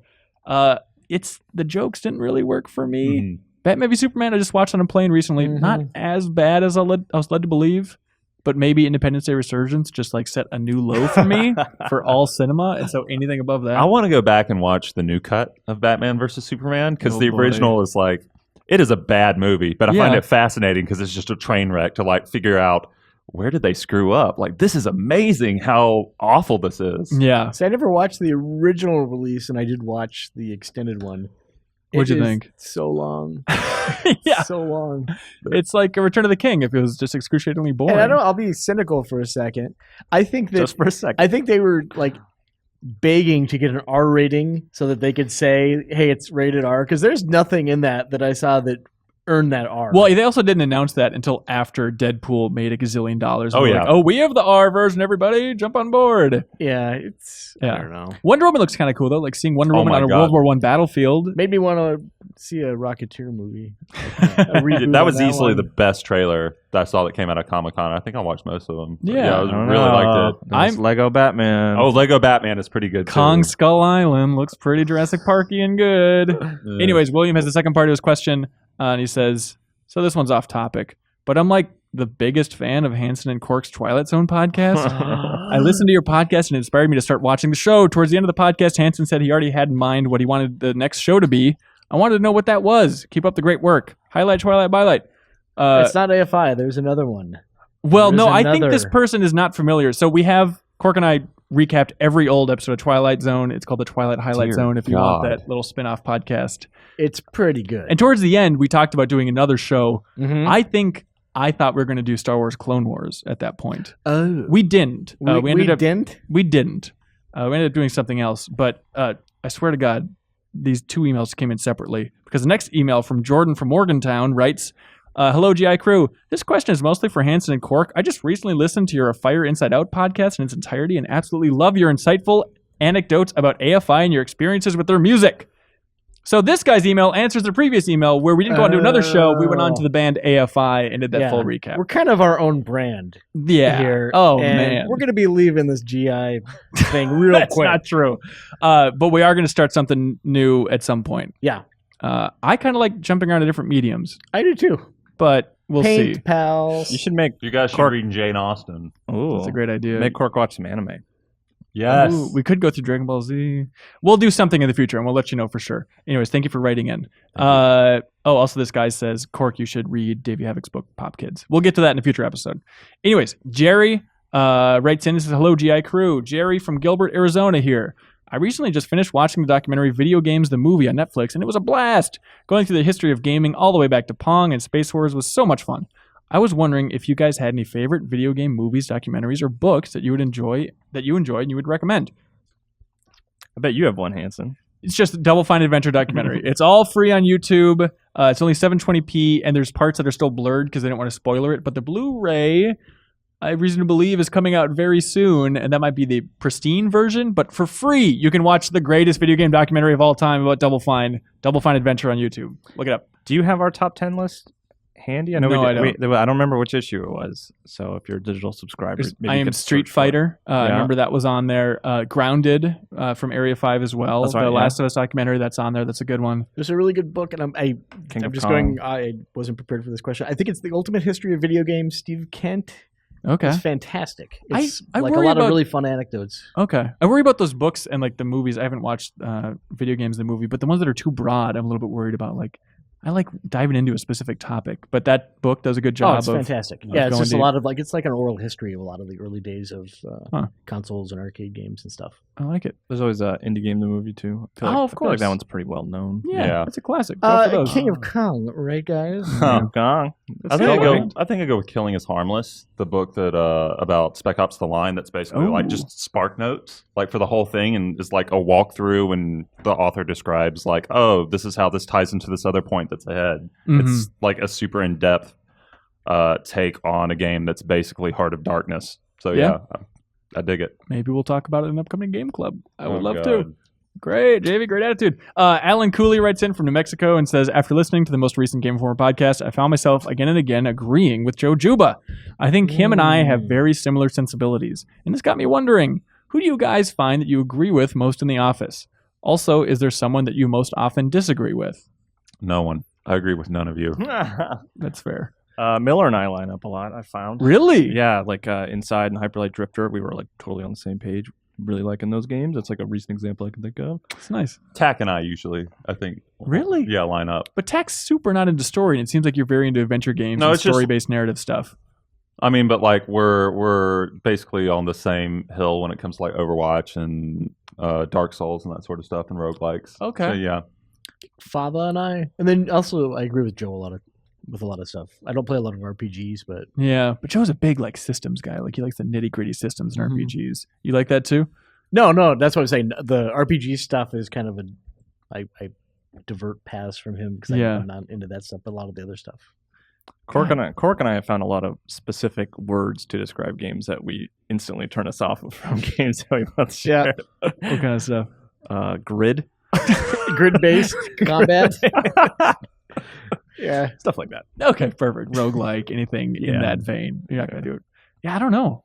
I think I'm picking all over the place. Maybe Elise. I'll go with Elise just to shine. I think we might agree be or disagree? agree. Yeah, okay. I go with agree on Elise. Yeah, the RPG adventure vein. I feel like I can trust her on that. Mhm. That's it. What do you guys like? I like the developer question.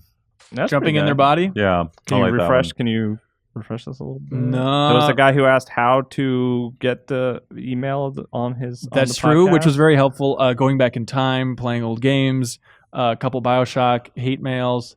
What about that one that really liked your guys' podcast? I think that both That's of those too guys much have ass some kissing. great They're so points. smart, but we can't do it. They're the smartest. I like the developer one or the one that's about like trying to bypass hardware to play older games. Yeah. Like Yeah. either one of those That's two good. I'd go with. I like the hardware one. Over NX? Oh yeah, NX.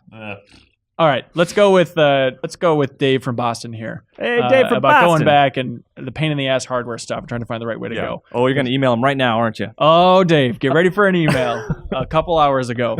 All right, that's it. Thanks for joining me, guys. Mm-hmm. And now we're going to move on to the second Game Club segment for Deus Ex Human Revolution. So stay tuned if you want to hear all about the middle sections of that game. Thanks.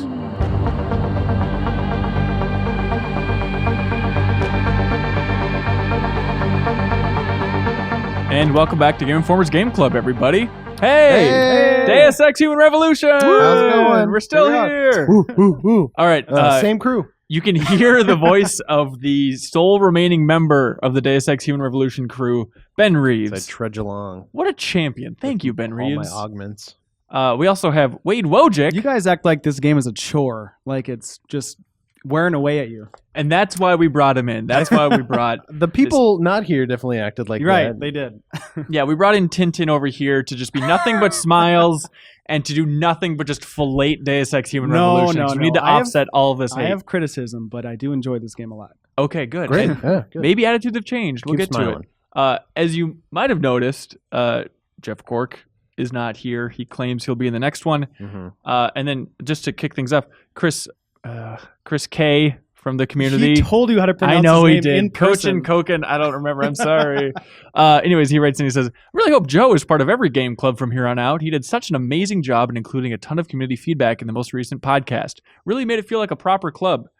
Well, Chris, please, everyone, continue to tweet at Joe Juba for being a quitter and a failure and force him to admit that he let the GI community down. Shame him back on the show. Shame. That's right. Ring the bell. But I figured we'd start out this Shave session. his bald head. Please throw poop on him. That's right. And cereal. Absolutely. Was that part of the Game of Thrones? So we're going to go through some feedback from the last episode to kick things off. I figured this would be the best way to go. Sure. Ready for this, Reeves? Yeah. All right. Now buckle up, kid. Boo. I won't read the YouTube comments because there's a lot of, these hacks don't know what the hell they're doing. A little more aggressive. But To be we got fair, some, we are hacks. absolutely. We got some reasonable emails in here. So we got Nick from Clinton, Utah writes in and says, hey, friends, I didn't submit any comments for your first conversation about Deus Ex Human Revolution because I didn't want to be a downer. My mother taught me that if I have nothing nice to say, I better not say anything at all. I loved your candid discussion about the shortcomings of this game. It may sound masochistic, but playing through a deeply flawed game with the GI community has been great. Thanks for hanging in there so we can share one another's pain. All right, that's the positive one That's out of nice. the gate. So if you don't have anything nice to say, wait 2 weeks and then comment about how nice it is that you didn't say anything bad. Michael Mays writes in and says, I'm kind of flabbergasted by the response to the game on the latest GI show. I really think Deus Ex Human Revolution has a lot of things going for it. The gameplay and balance purpose of takedowns requiring energy cells is incentivizing the player to use the auto win button sparingly, so that they have to lure out individuals or small groups and take advantage of level layouts to recharge between kills. In my stealth playthrough, it required me to know how to best use the ranges and properties of the stun gun, trank sniper, stealth takedowns, switching between them as the situations demanded. Thank you. That is a great point. I agree with that. All right. We have Mark Howard who writes in and says, hey guys, enjoy the podcast. You're always amusing and informative. So I was surprised to hear you so down on Deus Ex, one of my all-time favorite games. I can understand some of your complaints. The areas do feel like maps, especially outside the hubs. The hacking isn't for everyone. And yes, the boss fights are terrible compared to the rest of the game. Otherwise, I was surprised and bamboozled at your gripes. He went on to complain a lot that we weren't using mouse and keyboard for people playing on PC. Oh, I am. Are you really? Yeah. All right, wait. Again, the fix to all these problems. So, Mark, please, Wait, just why pay is attention that? to Wade. I mean, I guess I played it stealth-wise and it just feels awkward. I think it's superior. like, I guess honestly. for a shooter, the shooter portions is fine. Yeah. Yeah, when you're looking at the sites a little bit, or like, the mode that they have, but also he brought up like inventory management, how it's much easier to do with Yeah, a mouse. And I could see that. I can that see totally that. makes sense. That makes sense. And then he also writes in and says, this is still Mark. When I played the game, I didn't catch the sex scenes in the intro. I rewatched the intro, didn't see what the fuss was about. A few shots of a woman's face, a couple kisses on the neck, some lips, nothing that racy. I know you Americans are a little sexually repressed, but you boys need to grow up a tad. Whoa. I don't think we were complaining about there being sex in the No, intro. I was It like, just sounded come on, interesting. give us more. Yeah, Deus It Ex. felt a little bit like a James Bond intro is all. And Yeah, just those like, hot and okay. horny James Bond Oh, intros. yeah. He says, one other thought. Usually you start off struggling to make the limited skills you have work for you to come over the odds at the beginning, but by the midpoint, you're an augmented god with more practice points than you know what to do with. It'll be interesting to hear how skipping a lot of early quests and points affects the progression. Will you still become a god or have a more balanced and challenging experience? We're going to get to all that once we get through these feedback things. Let's see. Nick from Seattle writes in, you guys are nuts! I recently played through Human Revolution a couple weeks ago and I had an absolute blast. Each encounter was a puzzle that needed to be solved with the tools provided. I'm looking at you, Joe. None of us are actually looking at Joe as well because he's not in the room because he's a quitter. Right. I'll admit that the animations are a little janky. The actual combat's a bit rough and hacking is garbage. But the story, world, and stealth were fantastic. I found myself reading all the ebooks and emails just to be more in the universe. There were a few parts, especially in the police station, that I was stuck on, but once I got past it, I had a huge feeling of accomplishment. P.S. Adam Jensen's chin bugs the crap out of me. It looks like he can poke someone's eye out with that thing. That was one of his augments. That's a weapon. true. That's right. Eye gouging. Isaac Brady from Coon Rapids, Minnesota writes in and says, I just want to give some quick feedback on the Game Club. It is so much more enjoyable to listen to you all dump over the game rather than talk about how great it is. Some games suck and people need to know. So thank you for telling me. I did pick it up for PC during this Steam sale, but now I don't need to play it because it sucks. I want to greatly correct this, Isaac. This game does not suck. Yeah. No, it doesn't. I feel bad if we gave that impression. I was very frustrated by that first segment. We'll get to our feelings in a bit here, but don't have the impression that Deus Ex Human Revolution sucks. Especially if you already bought it and you think you might be interested in it. I'd say check it out at the very least. Play for a couple hours and see if it's for you, you know? Yeah, absolutely. We also had, let's see, Shane Sperry write in and said, oh, it's so funny when you guys crapped all over that game. Did anybody complain that we complimented the game too much? Did anybody write in about that? No. There's still a couple people writing in saying, like, this is still frustrating. I'm not crazy about this game. But just to kick things off here, Jeremy Bowl writes in and says, this game got exponentially better in this second portion. Reeves was very spot on that once you get more than a couple augs in this game, it becomes so much more enjoyable and fun to play. The aging issues for me started to fall away at the corners, and I wasn't struggling because it didn't age well. The side quests in China were some of the most fun side quests I've played in a while, and I think they put the right amount into them to make them not be a chore to complete.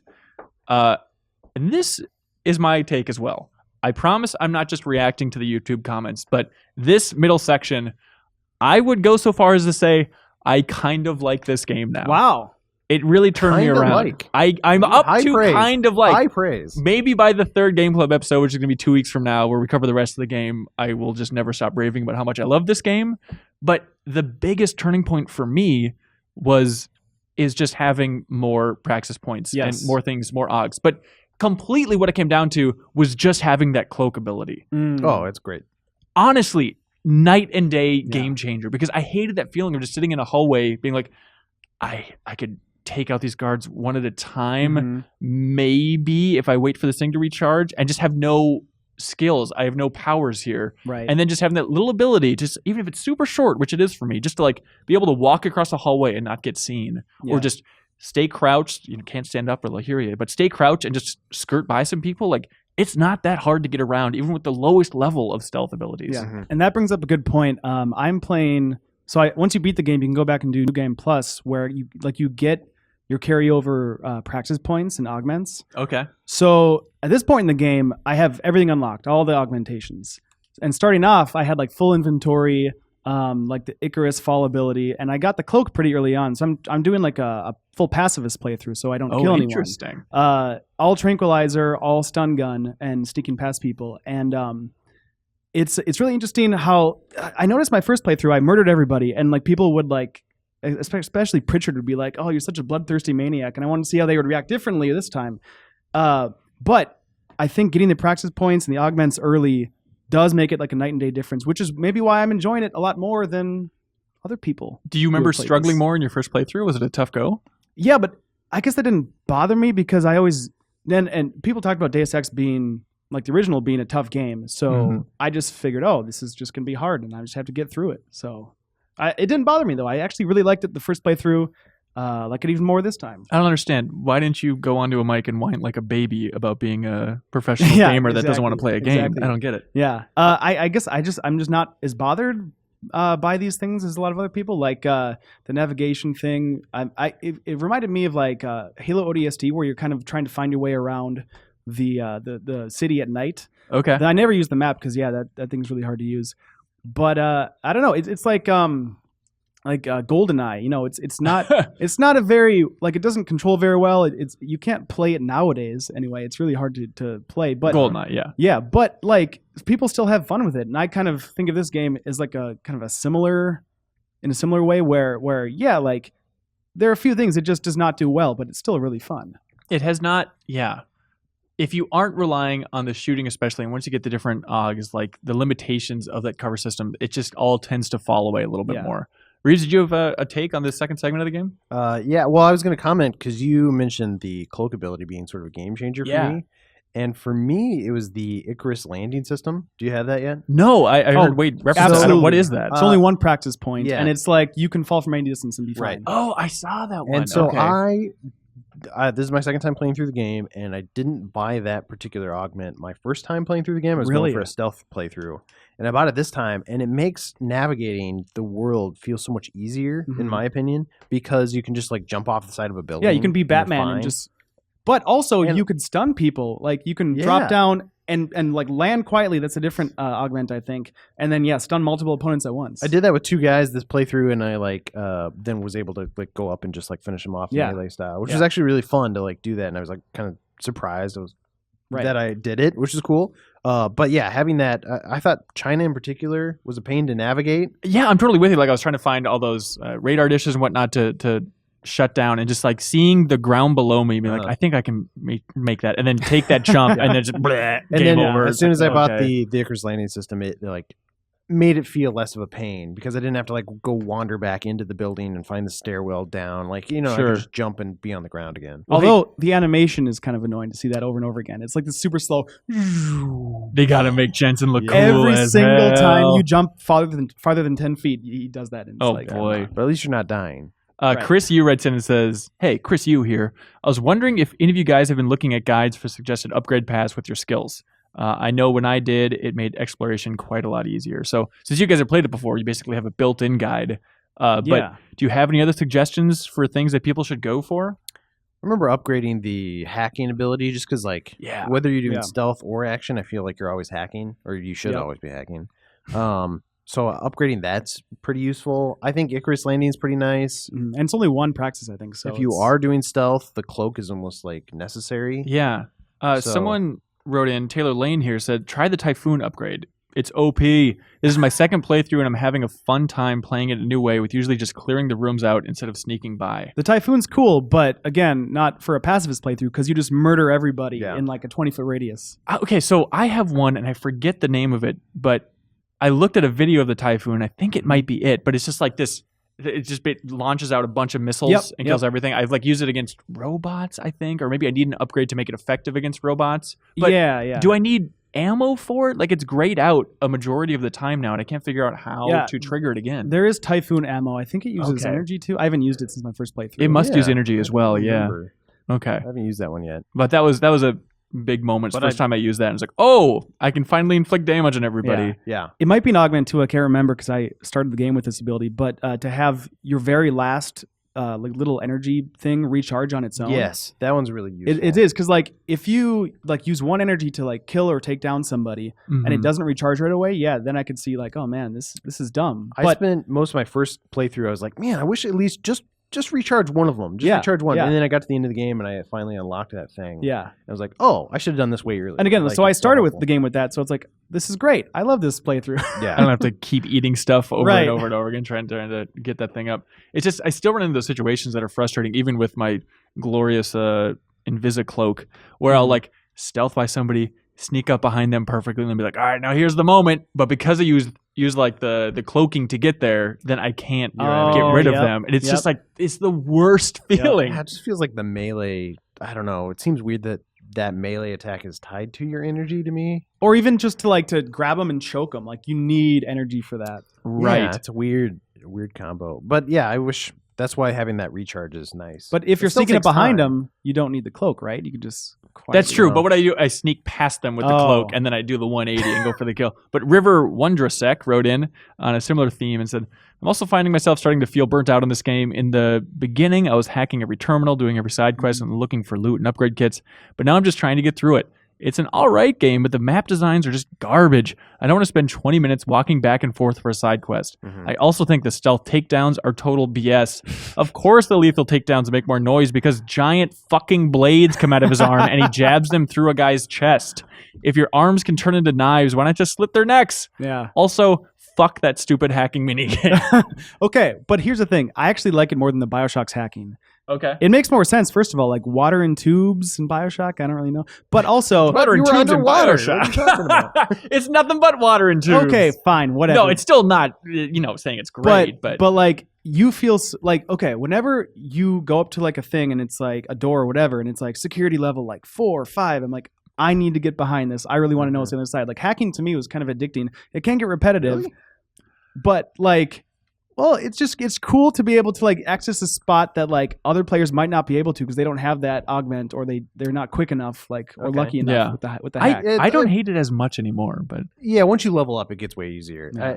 I think luck is the big thing there because I always felt like I was just kind of lucky. It's literally a percentage chance which you can lower. There's also an augment I started the game with where every like chance to set off the alarm is 15% instead of whatever else it is. Yeah, so hacking's a breeze. Oh, that's pretty nice. It just feels like if you get that alert pulled like your first or second node, you have to just back out and restart. I didn't know this until this playthrough that you can actually hack the little red thing that sets off the alarm. Yeah, and that ends it. Really? It gives you a bonus too. It gives you like either credits or like a like nuke software or whatever. So you go just headlong into the red zone? Yep.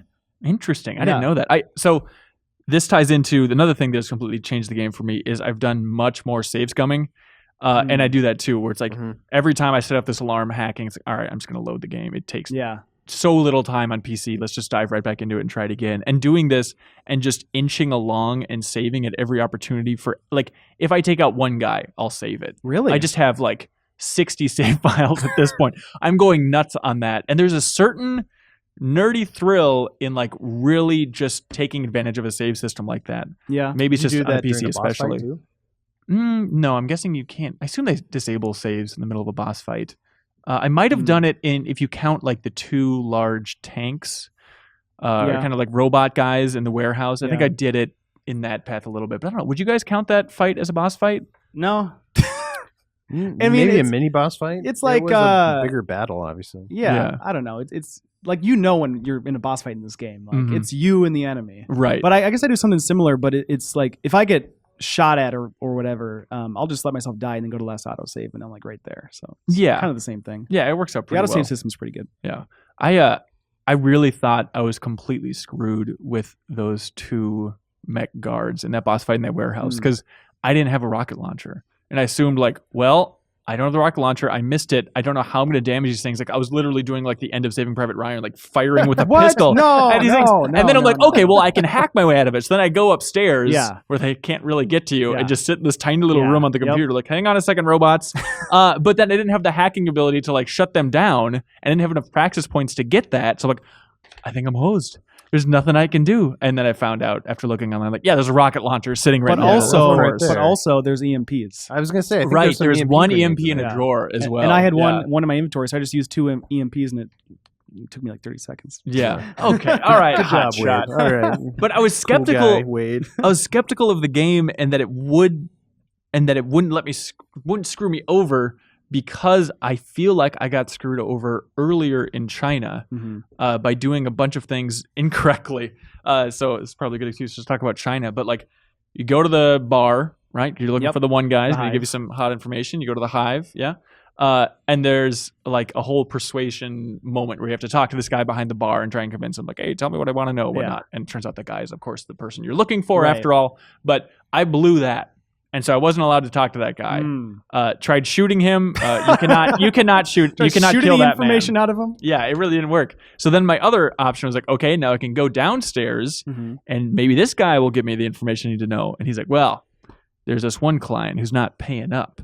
So if you go collect the money from her, maybe I'll tell you what you need to know. Yada yada. I'll tell you can reach this guy.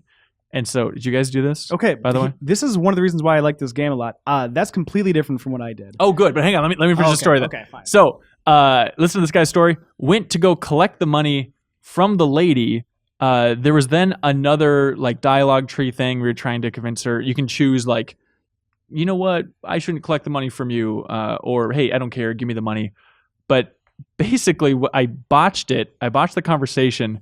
And so then I was like, well, I don't think I care about this too much. So I just shot her in the head. And then you can take the money off of her corpse. So I'm like, win-win. Everything's coming up Jensen. So I stepped over her bloody body and then stepped through the bloody bodies in the hallway and went back to that guy in the bar. And the guy's like, where's the money? She's no good if she's dead. And Jensen didn't volunteer like, oh, I have the money. Like, he didn't say a thing. And like, I didn't want to keep that. I took the money to give it to that guy, but they didn't give me any option to express that. And so then the guy's just like, oh, she's dead. She's no good. And so I was completely at a dead end. I couldn't do anything. You had to load a previous save? Yeah, I just had to load it up and then save her. Yeah. Well, you shouldn't have shot her in the head. Well, come on. It's Deus Ex. They should let you murder somebody. That's interesting. I wonder if did they just not think of that?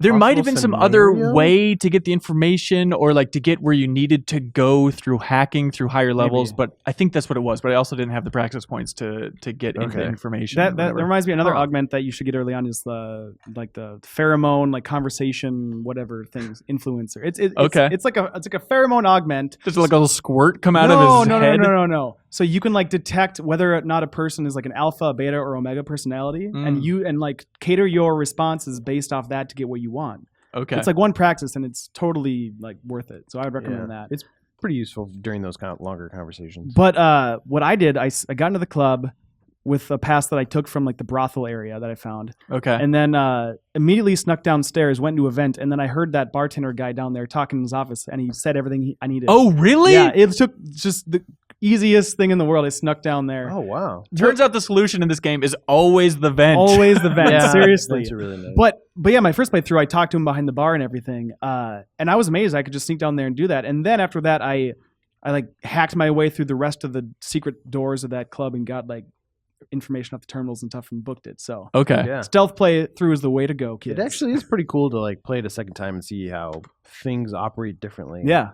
Sometimes, like you just said. Which is kind of nice. So what's that? Well, this is a different point, but I was gonna say. So there's not only two ways to like approach combat situations, but there's multiple ways to approach how to get information out of people and whether or not you're gonna be shooting ladies in the head. It turns out that's always the solution as well. If you want a game over, Nathan Wesley wrote in just talking about China in general. He says, for those of you who took part in the Final Fantasy Club, be sure to spend a few minutes in China just looking straight up. This was as close to a remake of Midgar as I expected to get. What do you guys think about the Chinese environments? I like the two-level city a lot. I mean, it's not really practical, but just from like an aesthetic and like kind of metaphorical design, I liked it. Sure. It reminded me of Elysium, which wasn't a great movie, but it's like there's this upper world that the rich, aristocrats want to escape out of the rest of the city. And they mentioned early on when you get there, they're like, well, this is an island. We can't really build out, so we have to build up. And so it was like they got to the point where it wasn't enough to just be like in a skyscraper. They wanted their whole other world like above the rest of the rabble. If you look around, I think it stands out, but I was a little bit underwhelmed by the areas in China. Like walking around, it's still like, okay, it's catwalks and narrow streets. And like you talk to some prostitute on the side of the road. I did not shoot her. And she's like, oh my God, this is so much different from the West. And welcome to night and day difference. It's like, well, this is Detroit not 2.0. really. Yeah, it's still all yellow. I did like the neon portion of the city and like the catwalks. I thought were kind of cool. For the first time. And that club area where you can like hear the club music. Yeah. Outside. I don't know why. I was wearing a sub pack and I was like, oh, I'm feeling this. Were you really? You need to stop and explain what a sub pack is. It's this thing you wear on your back when you're listening to music or gaming, I will argue, and it just vibrates and gives you the sensation of feeling bass like you're in a club, like Reeves was talking about. And it's really cool. Anyway. But to counter the worst AUG of all time. Oh, it's awesome. You guys are missing out. But that is so dumb. Anyway, I don't even remember what I was going to say now, Wade. You're so mind. Distracting. But as far as I like don't differences, find China to be that like I don't know alien. That is the right you word. Want it to be alien? I guess I want it to be more like unique from Detroit, where there were some similarities to like I don't know. The environment felt somewhat similar. Yeah, they tried to make it distinct just with the way people talk. Like, there's one guy that I talked to where they're talking about like, oh, we embrace augmentation in China. He's like, there's none of that bullshit extremism like in the West. Oh, okay. And it's like, okay, that's kind of cool. I can see that. Which brings me to the point of in the brothel, the one guy's like, "Hey, listen, all my girls are getting augmented or whatever." Did you guys do that side quest with May? No. The one like prostitute. Yeah, who's being forced to get augmented, so you help her out. Yeah. And I'm thinking, okay, what they do is they have to force these women to get augmented for the pleasure of their customers, and it's. Wait, so let's get graphic. What does that mean? I don't know. They don't go into explain it. detail But here's the about thing. that. This is what I'm wondering. They like it's the level of augmentation to where the girls not only don't want to get it, but they're being forced into it. They have to kidnap these women and get them augmented. So I'm like, what are they straight up just like amputating them and like replacing their limbs? And if that's the case, who the hell would want a prostitute with like metal arms? I assume it's something a little bit grosser than that. Yeah, a little bit lower. I'm sure. What I assume. I don't know what it would be, but that's weird. So that's one of the side quests. That's probably one that people are like Jeremy wrote in about that are really excited about. Were there other big side quests you guys did in China that stand out to you? The one where you're helping out the pilot, Malik. Was that her name? Oh yeah. I didn't do that one. Well, yeah. Wait, but you like have no choice but to say yes or no. Like she approaches you. No, she totally approached me, and I you said, were like, nope. I'm like, I got other things to do. I don't want to You dive only into fly your me past. around. You're my personal chauffeur, but F off. That was basically the gist. Yeah, I then raised my gun slowly to the forehead as a warning shot. Boy. So what's her story? What happens in that side quest? Her friend like died under mysterious circumstances, so you are trying to like figure out whether or not it was foul play and that sort of thing. Mm-hmm. Turns out it was. I skipped that one. I'll be damned. Yeah. Oh, wow. I skipped that one this time, but I remember playing that quest last time, and I remember it being kind of a pain in the ass. Was that just because like the area you go into is kind of like I was trying to do stealth, and I remember it being really hard to like sneak through because it's a lot of like open area. Well, again, like with my advanced augmentations and the cloak. Boy, here you're we just go. superior to everybody else. But okay, yes, cloak it is subpack. easier, but I feel more like this playthrough that Jensen's actually more of a badass because he's just everything's easier. I don't know, it's hard to explain. Even if it's just pure stealth. It's Right, still like a exactly. badass. So on the augmentation front, before we completely get detached from it, a couple people wrote in about story stuff. Daniel Morin writes in and says, well, I thoroughly enjoy the game on a mechanical level. I've always had some serious problems with the world building. One of the central pillars of Human Revolution's world is the conflict between those that are augmented and those that are not. This is also my biggest problem with the game. Why are the augmented the ones that are poor in this society? This has never made sense to me. When we think of the most downtrodden people in our society, we don't think of them with Ferraris. Sweet robot parts and the surgery to attach them seem like expensive things. The only explanation the game gives for this is the fictional drug Neuroposine, thank you, which is expensive and is needed to prevent rejection. It's implied Megan's discovery, as well as the reason for the attack in the game's prologue, is a way to end dependency on the drug. That's about the beginning and end of its contribution to the core story. Has this stuck out to any of you?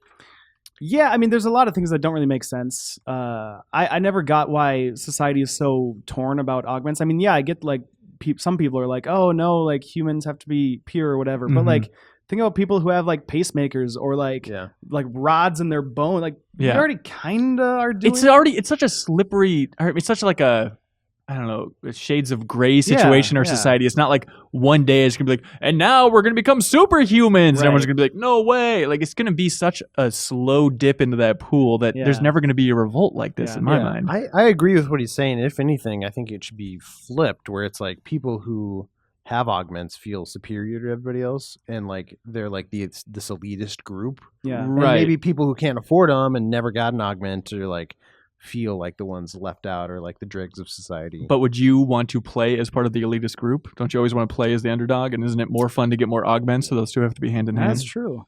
Tim Pazdiorni writes in and says, hey guys, when you're discussing augmentations, you guys completely missed an important factor in why people get augmented, which is, of course, name the drug, Wade. Neuroposine. Thank you. Neuroposine is the driving force of the game's social battles because augmented people need it or else their immune system will reject their augmentations. This isn't a problem for Seraph, who is rich, or Malik and Jensen, who work for the rich. The average person can be thrown into poverty if they have to start relying on neuroposine and is outclassed if they choose to forego augmentation. Yeah, and I think of it like, I don't know, maybe someone, it's not a direct analog, but someone who maybe like needed surgery for cancer or something and can't afford the medical bills. Like, it's just a drain on their financial situation. Like, like if they need life-saving augmentations, they'll get it, but then maybe can't like support the drugs afterwards. Yeah. What stood out to you story-wise from this whole chunk? Well, kind of going off of that, I was just going to say, when you get back to Detroit, there's the whole stuff. Couple things. Well, the first thing is like, I really like that scene where he gets back to his house and like your boss is there. Yeah. I just thought that was a cool scene. You expect it to be more confrontational. And I did expect that. Was the one thing. Seraph always talks his way out of things, though. And those He has a good CG voice. cutscenes feel jarring to me, more jarring than they did back when I first played it. Yeah, for sure. Like the difference in graphic fidelity. Mhm. Yeah, Yeah, very just much so. having them Way more like that. cinematic, yeah. Yeah. Well, the lighting's way different. Like the lighting is super just neutral. There's no shadows or anything when you're walking around the world, and then it's Right. all dramatic and high contrast. In the Right, cutscenes. right. Suddenly it's from Um, noir. But I like where he's like pouring the glass and like I don't know. It reminded me of this. Maybe wasn't an intentional comparison, but like Mhm. the first Avengers when Tony Stark gets back and like Loki's there. Oh You know what I'm yeah, saying? He's pouring yeah. drink. Yeah. Can Adam can he drink alcohol? I imagine it'd be like Edward Scissorhands, where he's just machine and he tries to drink it and he's just like rejecting foreign substance. Well, I think he's it would. Still Yeah. half human. What are you talking about? He also smokes in the beginning, which is weird because like you get all these like lung augmentation. At least I Oh did. yeah, I yeah. was like, are you trying to? Well, smoking looks cool, man. All right, wait, quit harshing them. Right, but, right. but again, like when you go back to Detroit, there's that scene too where you go and meet up with that older woman who like Yeah. knew you as a kid. Mhm. Wait, And what? she's like kind of going insane. Is Yeah, a you side did. Nope, quest? I did not do this. Oh, that's a side quest. This must be a side Oh, quest. yeah. So you are trying to learn more about your past. Okay. This kind of ties into the detective you talked to who's dying. Yeah. Did you talk to the detective who got shot? Is this the guy from the police station that got fired?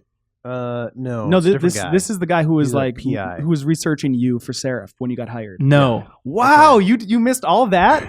I feel like because this I don't kinda know what you're ties talking into about. the stuff you were just talking about, the neuropazine Uh-huh. and like Adam's special because he doesn't need it. Yeah. Right. And so the side quests that we're talking about kind of explore like Adam's past and why he doesn't need it. Yeah. So real quick before we get to that, as a segue to it, Barbara Joe writes in and says, I believe it was a mistake to have almost every piece of Adam's backstory told through longish documents that you may only come across in a couple of optional missions. Seraph gives you documents if you win that argument with him early on, and later you can do a side mission to find an old lady who saved him as a baby. Mhm. It's like the developers wanted to give Adam a cool story, but also didn't want to get in the way of the character as avatar for the player trope.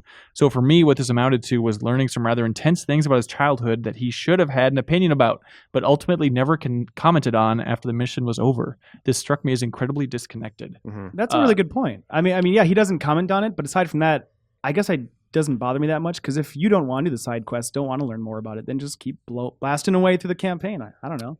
And But I thought that was like good content is kind of like the most compelling like backstory stuff, and it is weird that it's an optional side quest. Yeah, What I is guess- it? What happened? So I guess it didn't even strike me as optional. I was like, I don't know. I just pick up all the quests I can get. So to me, that's just the story. But yeah, so the detective that like researched you when you were hired by Seraph, you find him. He's like hitmen went to go take him out, and you kind of save him.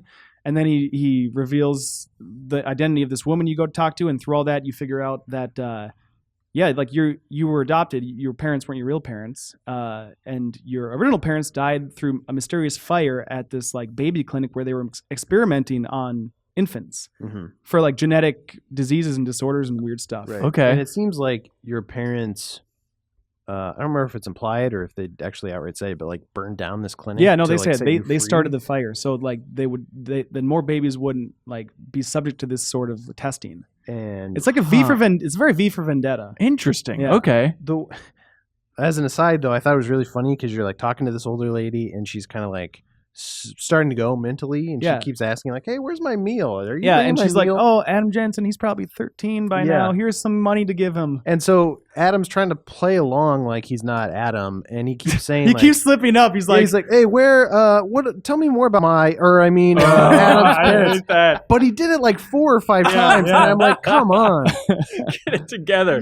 Yeah. You can't have it. Well, they have to mess up over and over you and know over what? again. It's a great thing that you missed that side quest. You probably would have shot her in the head for some money. Immediately. Well, that is Give me something. that lunch, lady. It is something that I really love about this game is just the ability to have your gun out or not. Yeah. And like I understand some might be frustrated by like, oh, I don't know when I'm in a combat space and when not. But I think it's cool like wandering around China or any place else where it's like if I just keep my gun down, no one's gonna have a problem with me. And to Yeah. have that ability to whip that out whenever you want is so rare in games. Mhm.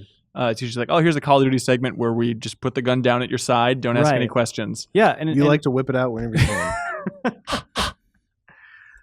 no, so that's crazy that you missed that. I guess because I got that in my first playthrough. It's just weird that that big of a revelation, like you can just completely bypass. I guess that maybe the detective part should have been mandatory. Yeah. You mentioned the cop though. Like, what was he up to on your playthrough? Because he let me through to go into the morgue, he was fired. And then and then I said like something like, well, we can probably get you a job at Seraph, no problems here. And that was about the end of that exchange. And you guys were friends? It seemed okay. Yeah. He seemed a little bit pissed, but then it seemed to patch up pretty well. Wait, was that the guy that that ambushes you at the bottom of the elevator at your apartment? I forget where it was. Yeah, it could be. Because that happened with me, and he pulled a gun on me, so I just stunned him and left. Yeah. Oh, really? Yeah.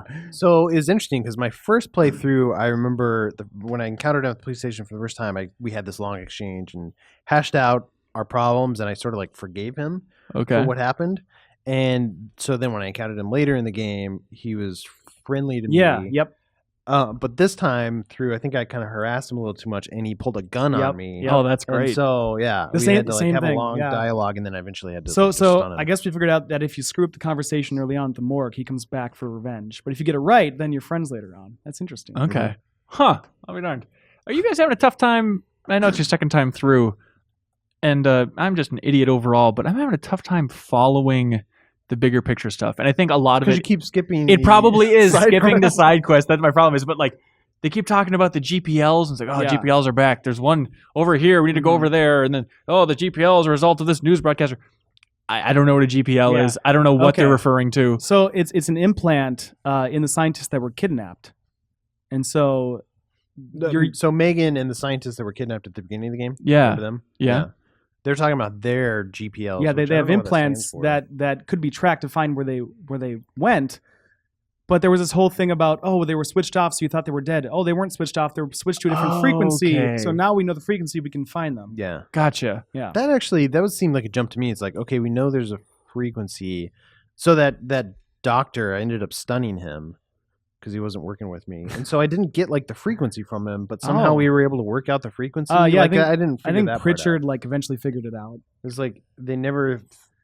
Just because they didn't think they were switched on, they decided to never look for them before? I don't know. Well, I think just like there was burned bodies and like we just assumed they were dead, right? Yeah. Like in the attack, like there was a bunch of charred bodies. Right. Like, that's them. Then we learned that they're still alive. So then that's how they ended up tracking them back to China, which is where we ended off this playthrough. Right. And then a helicopter crashed, and that's exactly where I left it. And that's where we'll stop talking, I guess. Yeah. But real quick, I have a question. You guys might have talked about this last time, but what's the deal with the top floor in the Seraph building? You get off the elevator. It's this corridor with this receptionist, and she's there behind the desk. Uh-huh. On the right, it's Seraph's office, and on the left, there's a bathroom with 3 stalls and like 4 urinals. So I assume that the bathroom's just for Seraph personally, and the receptionist has to go all the way downstairs. You really think about this too much. There are a lot of bathrooms in Deus Ex Human Revolution. I feel like every hallway that I walk down, it's like, oh, here's another bathroom. All right. I open every stall, and there's not a single like ammo pack or anything in them. I always go into the ladies' bathroom. Yeah. Exclusively Pritchard gives you crap for in the beginning. Really. Oh, yeah. Oh, awesome. So Matt Sweatman writes in about the boss fights. He says, after the boss fight with Barrett and hearing how everyone hates those boss fights, I was pleasantly surprised with the boss fight with Mantis. The quicker paced fight, coupled with the somewhat better on-screen clues that your attacks are connecting, made this fight actually enjoyable and a lot less frustrating. It still took me about a dozen tries to finish her off, but this was probably half the tries it took me with Barrett. Also, I find myself enjoying the side quests far more than the main storyline missions. It feels like the maps go on forever when you're trying to complete the levels by stealth and full of cheap deaths. Yeah, I enjoyed that boss fight too, maybe just because it was really easy for me. Like I just took out a shotgun. Oh, sure. And it reminded me of like the Fear fight in Metal Gear Solid 3, where it's like she's stealthing around and suddenly appears and it's like, okay, I'll shoot her here. And like her attack really didn't do that much damage. Yeah. I don't know what it was. If it's just the director's cut made it way easier. Because I remember the first time I played it, non-director's cut, it was one of the hardest fights in the game for me. But I was also going stealth. And this time around, I just whipped out this chain gun I had and like tore it to pieces. And it was like, well, that was easy. So part of it was, and they have all those lockers scattered around the room. Mm-hmm. So the first time I was playing it, I was like, holy crap, what's in here? What's in here? Like I was trying to get anything I could to use against her. Yeah, yeah. And this time I didn't even open them until after the fight. Need. Yeah, I was like, well, take that. That's nice. On the stealth side of things, I think these boss fights do a really good job of making it, like not easy, but making it accessible for people who are going pacifist playthrough. Like the first boss fight, was really cool because you can sneak up and hack and then get the turrets. So this one, I had to use like EMP mines to like stun her to keep her off my back while I hacked on the upper level. Okay. So what you do, well, actually you can like punch a hole in the wall and find this lever that did you guys see the laser grid that was up top? No. Okay, well, if you go up to the second level, there's this laser grid around the terminal. You got to like punch through this wall, flip this breaker, lasers go down, then you hack that, which is like security rating 5, I think. It's super hard to hack. Once you hack that, you can turn on all these machine gun turrets, and they come down from the ceiling and take her out in like 5 seconds. That sounds really cool. So that's the goal for the stealth playthrough. I wonder if, because I know that they added more stealth options with Director's Cut. I wonder if that full thing is just an option that was only in the Director's Cut. I'm sure it is. I don't remember that first. And like in the first boss fight, there's like if you do enough hacking, you can like open the doors and then get these mobile turrets you can set in place to take him out. Okay. So it's cool. I like it. Overall, in this segment, the lasers really made me laugh. It's that in the future they can get so many things right, and still the way they implement lasers, there's always some like cartoony way to navigate around it. Like, all right, we're gonna set up this laser grid, but it's gonna fan back and forth, and if you can time it just right, I guess theoretically you could go through. This laser's crapping out every 10 seconds. Yeah, exactly. Every laser on the bottom, it's always blinking in and out if you can time it just right. Well, and also like you can't see lasers unless there's fog. Otherwise, like a laser pointer, you can't see it unless there's some sort of mist or, you know what I mean? Like it's the yellow haze that's throughout all of Deus Ex Human Revolution. It reveals all those yellow things. piss haze. But talking about playing through it again and checking things out a different way, Forrest writes in and says, Deus Ex Human Revolution is one of my favorite games of the last 5 years. I replayed it multiple times and really enjoyed testing things out. I've tried doing things like trying to kill all the enemies by throwing vending machines at them. Which is my favorite idea. Or going full ghost and not even touching most enemies. The one thing I've avoided doing is getting into large gunfights because even on keyboard, the gunplay feels horrible. Horrible. Oh, and then he says, and yes, the hacking sucks. All right, thanks, Forrest, for letting us know. I just got the ability to pick up big things like vending machines. Is that the real advantage there, outside of like some secrets here and there, is to chuck vending machines at enemies? I've never done that. I guess, I haven't thought of that either, but that's a good idea. I usually use it because there's always something heavy to move to find a shortcut. Right. You know, there's always like, oh, there's a vent back there, but I can't get to it because this dumb vending machine's in the way. I think it was in China. It was early on in this play session, but I liked that there's actually what I considered a puzzle where it involved stacking boxes to like getting to higher areas. It's like the floor was like electrified with water, and you like stack boxes up and then to work your way up. Yeah. Did you guys do that, or is there another way? That's when you're climbing to the bell tower. Bell whatever. When you're getting to the second level of Shanghai, that's when that is. Right.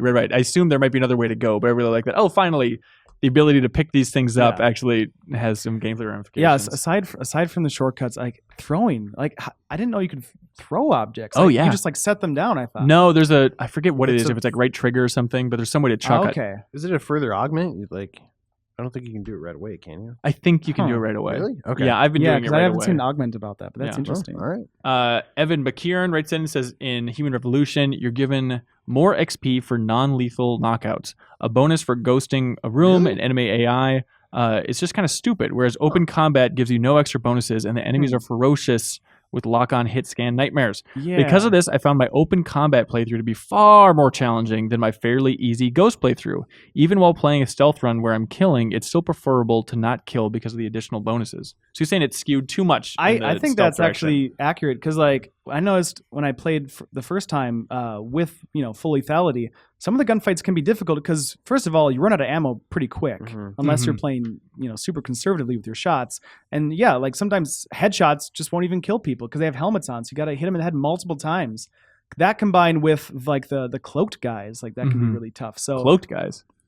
Yeah, that's when you're going. It's when you're going down. I think for that boss fight, you're like going down, and then there's these cloaked guys while you're waiting for the elevator to come up. Oh, maybe I don't know if I remember those guys. Yeah, I think that's the one spot where I saw them. But okay, yeah, the weight limit just went off in this elevator. But yeah, I think it can be really tough. With trying to preserve your ammo at least and successfully play through that way. Yeah.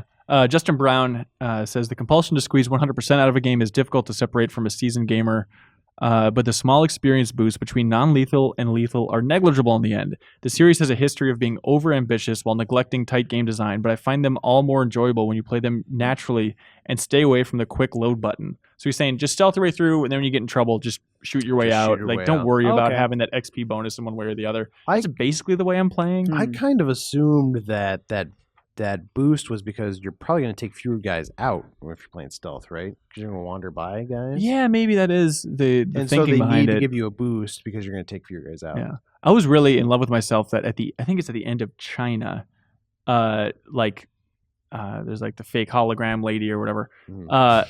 But then Eliza. Thank you. Wait, She that's- spawns in like a million guards into that tiny room, and I was very impressed with myself that I was able to stealth my way out of that room. It took a lot of work. It's like this would be the shootout of the century. Not Eliza. You're talking about what's her face? The lady, The other lady, like she's not she was a hologram, but she's not the AI. There's Okay. two hologram ladies. She was just like trying to. Yeah, I don't know why she was a hologram. Then there's the actual hologram lady. Yeah. We didn't talk about who's like the She's news anchor Eliza. lady. Yeah, that's Eliza. Right. So she's basically part of this massive conspiracy. It's a little bit Metal Gear Solid That's 2-ish. the part I didn't totally understand. Is like, why is She's pretty neutral though. Well, she's created, right? So she doesn't have really a will of her own. But she has to just filter out information and do all that. Right. Selection for society, And the societal sanity. Illuminati is controlling her and trying to like have her shape society in their Right. But I still feel like she's kind of like a rogue agent because she's helping Jensen. She seems like she has a will. Is she? Well, okay, fine. I'm going to play. Well, she that. said that she can't tell until the boss fight's taken out. She can't reveal new information to Jensen. right. So she still seems like she wants to help in some way. One thing that I always thought was kind of odd, like before you know she's an AI, she acts very human. Like when she's on TV and stuff, she's talking. So normally. lifelike with that wardrobe. She's just the way she speaks. She's talking normally, and then when in the boss fight, she starts sounding like Gladys, like here she comes. Do you notice that? Oh. Sure. She's okay now. She's a Got robot. a It's real okay. reveal. Yeah. Well, she's breaking down from the inside. That's all Right. she can do to kind of convey that stuff. I wonder if that's like a throwback to the original, because I think the original Deus Ex had like a AI singer who was like a celebrity AI, really? and like everybody was like, "Oh, I love this singer because she's the best." And I always thought that was an interesting idea. But then to have an AI who's a news anchor was like their follow up to it, which is kind of a weird Sure. direction. I don't know. What about the Illuminati? Because I exactly had Jensen's reaction. I'm like, Illuminati? That's what this game's about? This is stupid. Yeah. Is that a throwback to Deus Ex Yes. anyway? Yeah, it is. Yeah, well, isn't the triangle on the original Deus Ex like logo or cover art? It's in there somewhere. I know might he's be looking up the original cover art, but Illuminati is a thing with Deus Ex 1 and 2? Yes. Well, Okay. okay, but here's the thing. Second one, I think it's in the second I one, think too, they yeah. use that name because they don't know what else to call it. Because Seraph says, well, names won't mean anything because like you can't really call them anything, but let's just call them Illuminati. Yeah, there's Right. a lot of like stuff in the first game that you're like researching and you're finding out, oh, the Illuminati, and then it goes into the history of these guys, and I think it's actually the Templars in the first game. Really? Yeah, Oh, Assassin's Creed, here I we go. think. Perfect. Maybe I'm wrong. Before everyone was sick of but this it's concept. basically the Right. same idea. Okay. Of like Yeah, the this secret shadow- society yeah. behind everything. Okay. And, Whatever you call them, like I- they're there. Talking about that, I really like the layers of narrative in this game, and presumably the next one too. Like how you have it's like any like mystery thriller where you have your surface narrative. All right, here's what's going on, and then you're like, oh no, this person secretly is working for this, and it's like Mhm. layer. I know, You like a good conspiracy? but it's like however deep you think it goes, there's this other layer that you just don't have access to. That's the Illuminati level of like what's actually going on. Right? Uh-huh. Because like in what we've seen so far from the next game, Mankind Divided, like you have these sides going against each other. When you go to talk to this one augmented guy who's like this freedom fighter terrorist, all of a sudden his augments start going crazy and he gets killed, and you're like, who's controlling that? What's their motive? Like there's like it's impossible to get a handle of what is actually happening in the story because it always goes one level deeper than you think it does. And on that note, don't spoil it, but it's fishy that Jensen seems to be glitching out a little bit. There's Yeah. 2 moments here where you're walking around. It's cool they do it in gameplay where it's just suddenly like, whoop, the UI changes. Like, what the hell's happening? They've teased at what that is, and it happens in this game. You find out what that is. Okay, I assume Yeah, so. Yeah, yeah. I think that's a really cool idea. Yep. But even when you find out what that is, it's like, okay, well, who's doing that, and what's their motive? You know what I Okay, mean? Like, all right. There's layers upon layers. I really like that because like you might even think, oh, like the bosses I'm fighting, they're working for the Illuminati. Like I think it goes deeper than that, like, Mhm. or It even goes deeper than the Illuminati. maybe. Wade, what do you know? Satan himself. Oh boy. So, real quick thoughts. Montreal. I was excited to see a game represent Montreal. Yeah. really, you could look in the distance and see like the hill with a cross on it. Like, okay, I guess that's Montreal. Building you're in. But again, basically. hey, guess what? It's yellow, and then just ends up. You don't even get to go inside. You're just in the building the entire time. It's a little bit disappointing. Yeah. And then jumping forward, when you go back to Detroit, that press conference with Taggart, how did that go for you guys? Yeah, stealth in, stealth out. No real confrontation. You stealthed in and got the information, then got out? Yep. Okay. I was able to stealth in, but then stuff hit the fan a little bit. Oh, no. I threw some stuff at a fan. I didn't really know what I was doing, believe it or not. And so, I barged into the middle of the press conference. Basically, really? Knocked the doors open, like, Adam Jensen here. And it was super embarrassing because then, suddenly I'm in the middle of this conversation with Taggart and the cameras are, filming me. And it's another, persuasion thing where I have to talk him down. And I'm like, oh, yeah? Well, I have a tape of you saying some devious stuff. And then you play it, and then he, argues his way out of it. And then Adam Jensen just has nothing. Wow. And it's just okay, well... this is about done here. And it's a super awkward moment. Oh and then God. Taggart gets done at the press conference, and then he goes back to his little dressing room, and all the guards are like, don't try anything, Jensen. We have armed guards back there. Don't even think about going back there. But I didn't know where else to get the information. So I tried sneaking in a bunch to get into his little room. It was a no-go. But then I just ran around the press conference building, that convention center for a while. And then went back, and he just wasn't in that little room anymore, and the door was wide open, and then I just walked up to the computer, and all the information was in an email right there. It's Wait, really? yeah, he just left it wide open at a certain point. That's probably their fail state. All Okay. right, well, listen, we just got to give him something. I think so. Yeah, that's the core of it. Okay, Because I actually confronted him and had a conversation really? with him, and then he became hostile and pulled a gun on me. Wow. Is everyone in this game just pulling a gun? Yeah.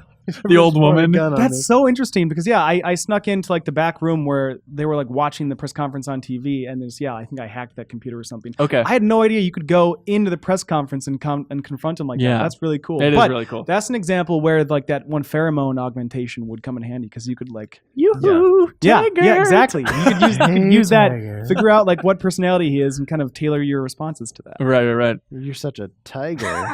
Why don't you come over here? All right. Anything else? That's most of the emails here. Does anybody else have something they want to get off their chest? This game's really cool. I really want to talk about immediately after the helicopter crash, but we'll talk about that later. I'm glad you're enjoying the game more, Hanson. I am. It's so much better. Hope you keep up with it. I don't think it's going to get worse at this point. I'm curious to see when we get to the DLC is supposed to be scattered in this next section. Well, I thought that they were building to it at the end of this section because there's that guy who's Seraph's boss or whatever, and he's like, oh, we got this base in the Arctic Ocean. And I was like, oh, I guess I'm going there next before I go back to China. And then suddenly Seraph comes in and he's like, nope, you're going to China again. Right. Was that... I assume that's paying off later They're in some way. planting later stuff. Yeah, that's just in the normal game. Oh, I assume that was the DLC because it seemed like such a weird thing out of nowhere to have this higher boss Yeah, in there. no, they're trying to sprinkle in what's going to happen later. So he's interviewed by Eliza and you see that interview playing in the background when you're in Shanghai. When you're in the pod area, with all the people in those little pods. Right, you can give that gun to that guy. Yeah, that interview is on TV, in that area when he's talking to Eliza. Okay. Interesting. One thing that we didn't mention that I want to point out because somebody in the Facebook group mentioned how cool it is that gun, the PEPS. It's an acronym, initialism. Yeah. It is amazing. Where it's just this giant red blast. It's basically like Deus Ex's BFG, but just this red laser blast. And I think you have to be pretty close to him. But have you used this, Reeves? Yeah, I used it before. But it just so cool. It doesn't kill him, right? It just I think it knocks him might out. just stun him. Yeah. It doesn't kill him, I don't think. It stands for something too that I know they told us when you did the cover story, but I can't remember. Oh, what really? it was. Because it's going to be in the new one. I have it because I think that it is going to be actually. I haven't used it yet because I haven't needed to, but I should just try it out, see what it does. It's so much fun to watch. Yeah. I have I'm terrible with names. I have this giant machine gun thing. Yeah, it's a gun. That's what it is. That's really nice. And so I keep collecting ammo for that. And so I don't want to give that up, but it takes up a huge amount of my inventory. That's what's gonna. Are you guys having inventory issues with how much you're getting? It's a little frustrating. I did early on. I've upgraded it about all the way I can. I haven't upgraded it at all. Okay, yeah, upgrade that. Upgrade that. We're giving you some hot tips here. I appreciate Icarus, we gotta get that. Icarus and the pheromone inventory. Thing. Pheromone. Okay. Got it. I'll finally go. win an argument instead of just look like an idiot in every conversation I get to. It's I don't know. Charm him. Keep charming him. Charm him. Charm him. Hey, next installment of the Game Club. It's going to be airing August 11th. and I think it's up until the credits roll, right, everybody? Yeah. Okay. Do you have an idea? Does it feel like there's still a lot left? Well, there's like one more boss fight with an augment. Yeah. And then after that, I think there's like endgame stuff. This like, section of China, I don't think is as long as the first section right, of China. Right. And then there's some stuff. Yeah, we got to after fight. it. We got to fight the guy that shot the bazooka thing at the helicopter right at the end of this area. Well, don't spoil everything, Oh, Wade. sorry. About who we're going to be fighting. But does it feel like this is going to be the biggest chunk of the three? I think it might be just because like the DLC stuff scattered in there, and I don't know. I'm kind of fresh to that, so I don't know anything about it or even how long that is. Okay, I'm wondering how much it's going to stand out. I feel like I've just been paranoid looking for like at what point is this going to shift over to the DLC stuff? Where is it? Let's find this missing link. I haven't played that either, so I'm looking forward to that. All right. All right, August 11th, we'll be talking about again. Thank you to everybody that wrote in. Be sure to write in your thoughts on the rest of the game and just the game in its entirety at this point. Send it into podcast@gameformer.com. There were a lot of like overall thoughts. Feel free to hone in on like specific instances, like your favorite moments, or like, hey, I thought this specific room, this specific sequence worked well, this didn't work well. I love it when you get specific. So podcast@gameformer.com. We would love to read your stuff on air. And that's it for this entire episode of the Game Informer Show. Thank you for watching or listening, everybody. Be sure to tune in next week. We'll have a new episode waiting for you. Thanks for watching. Bye.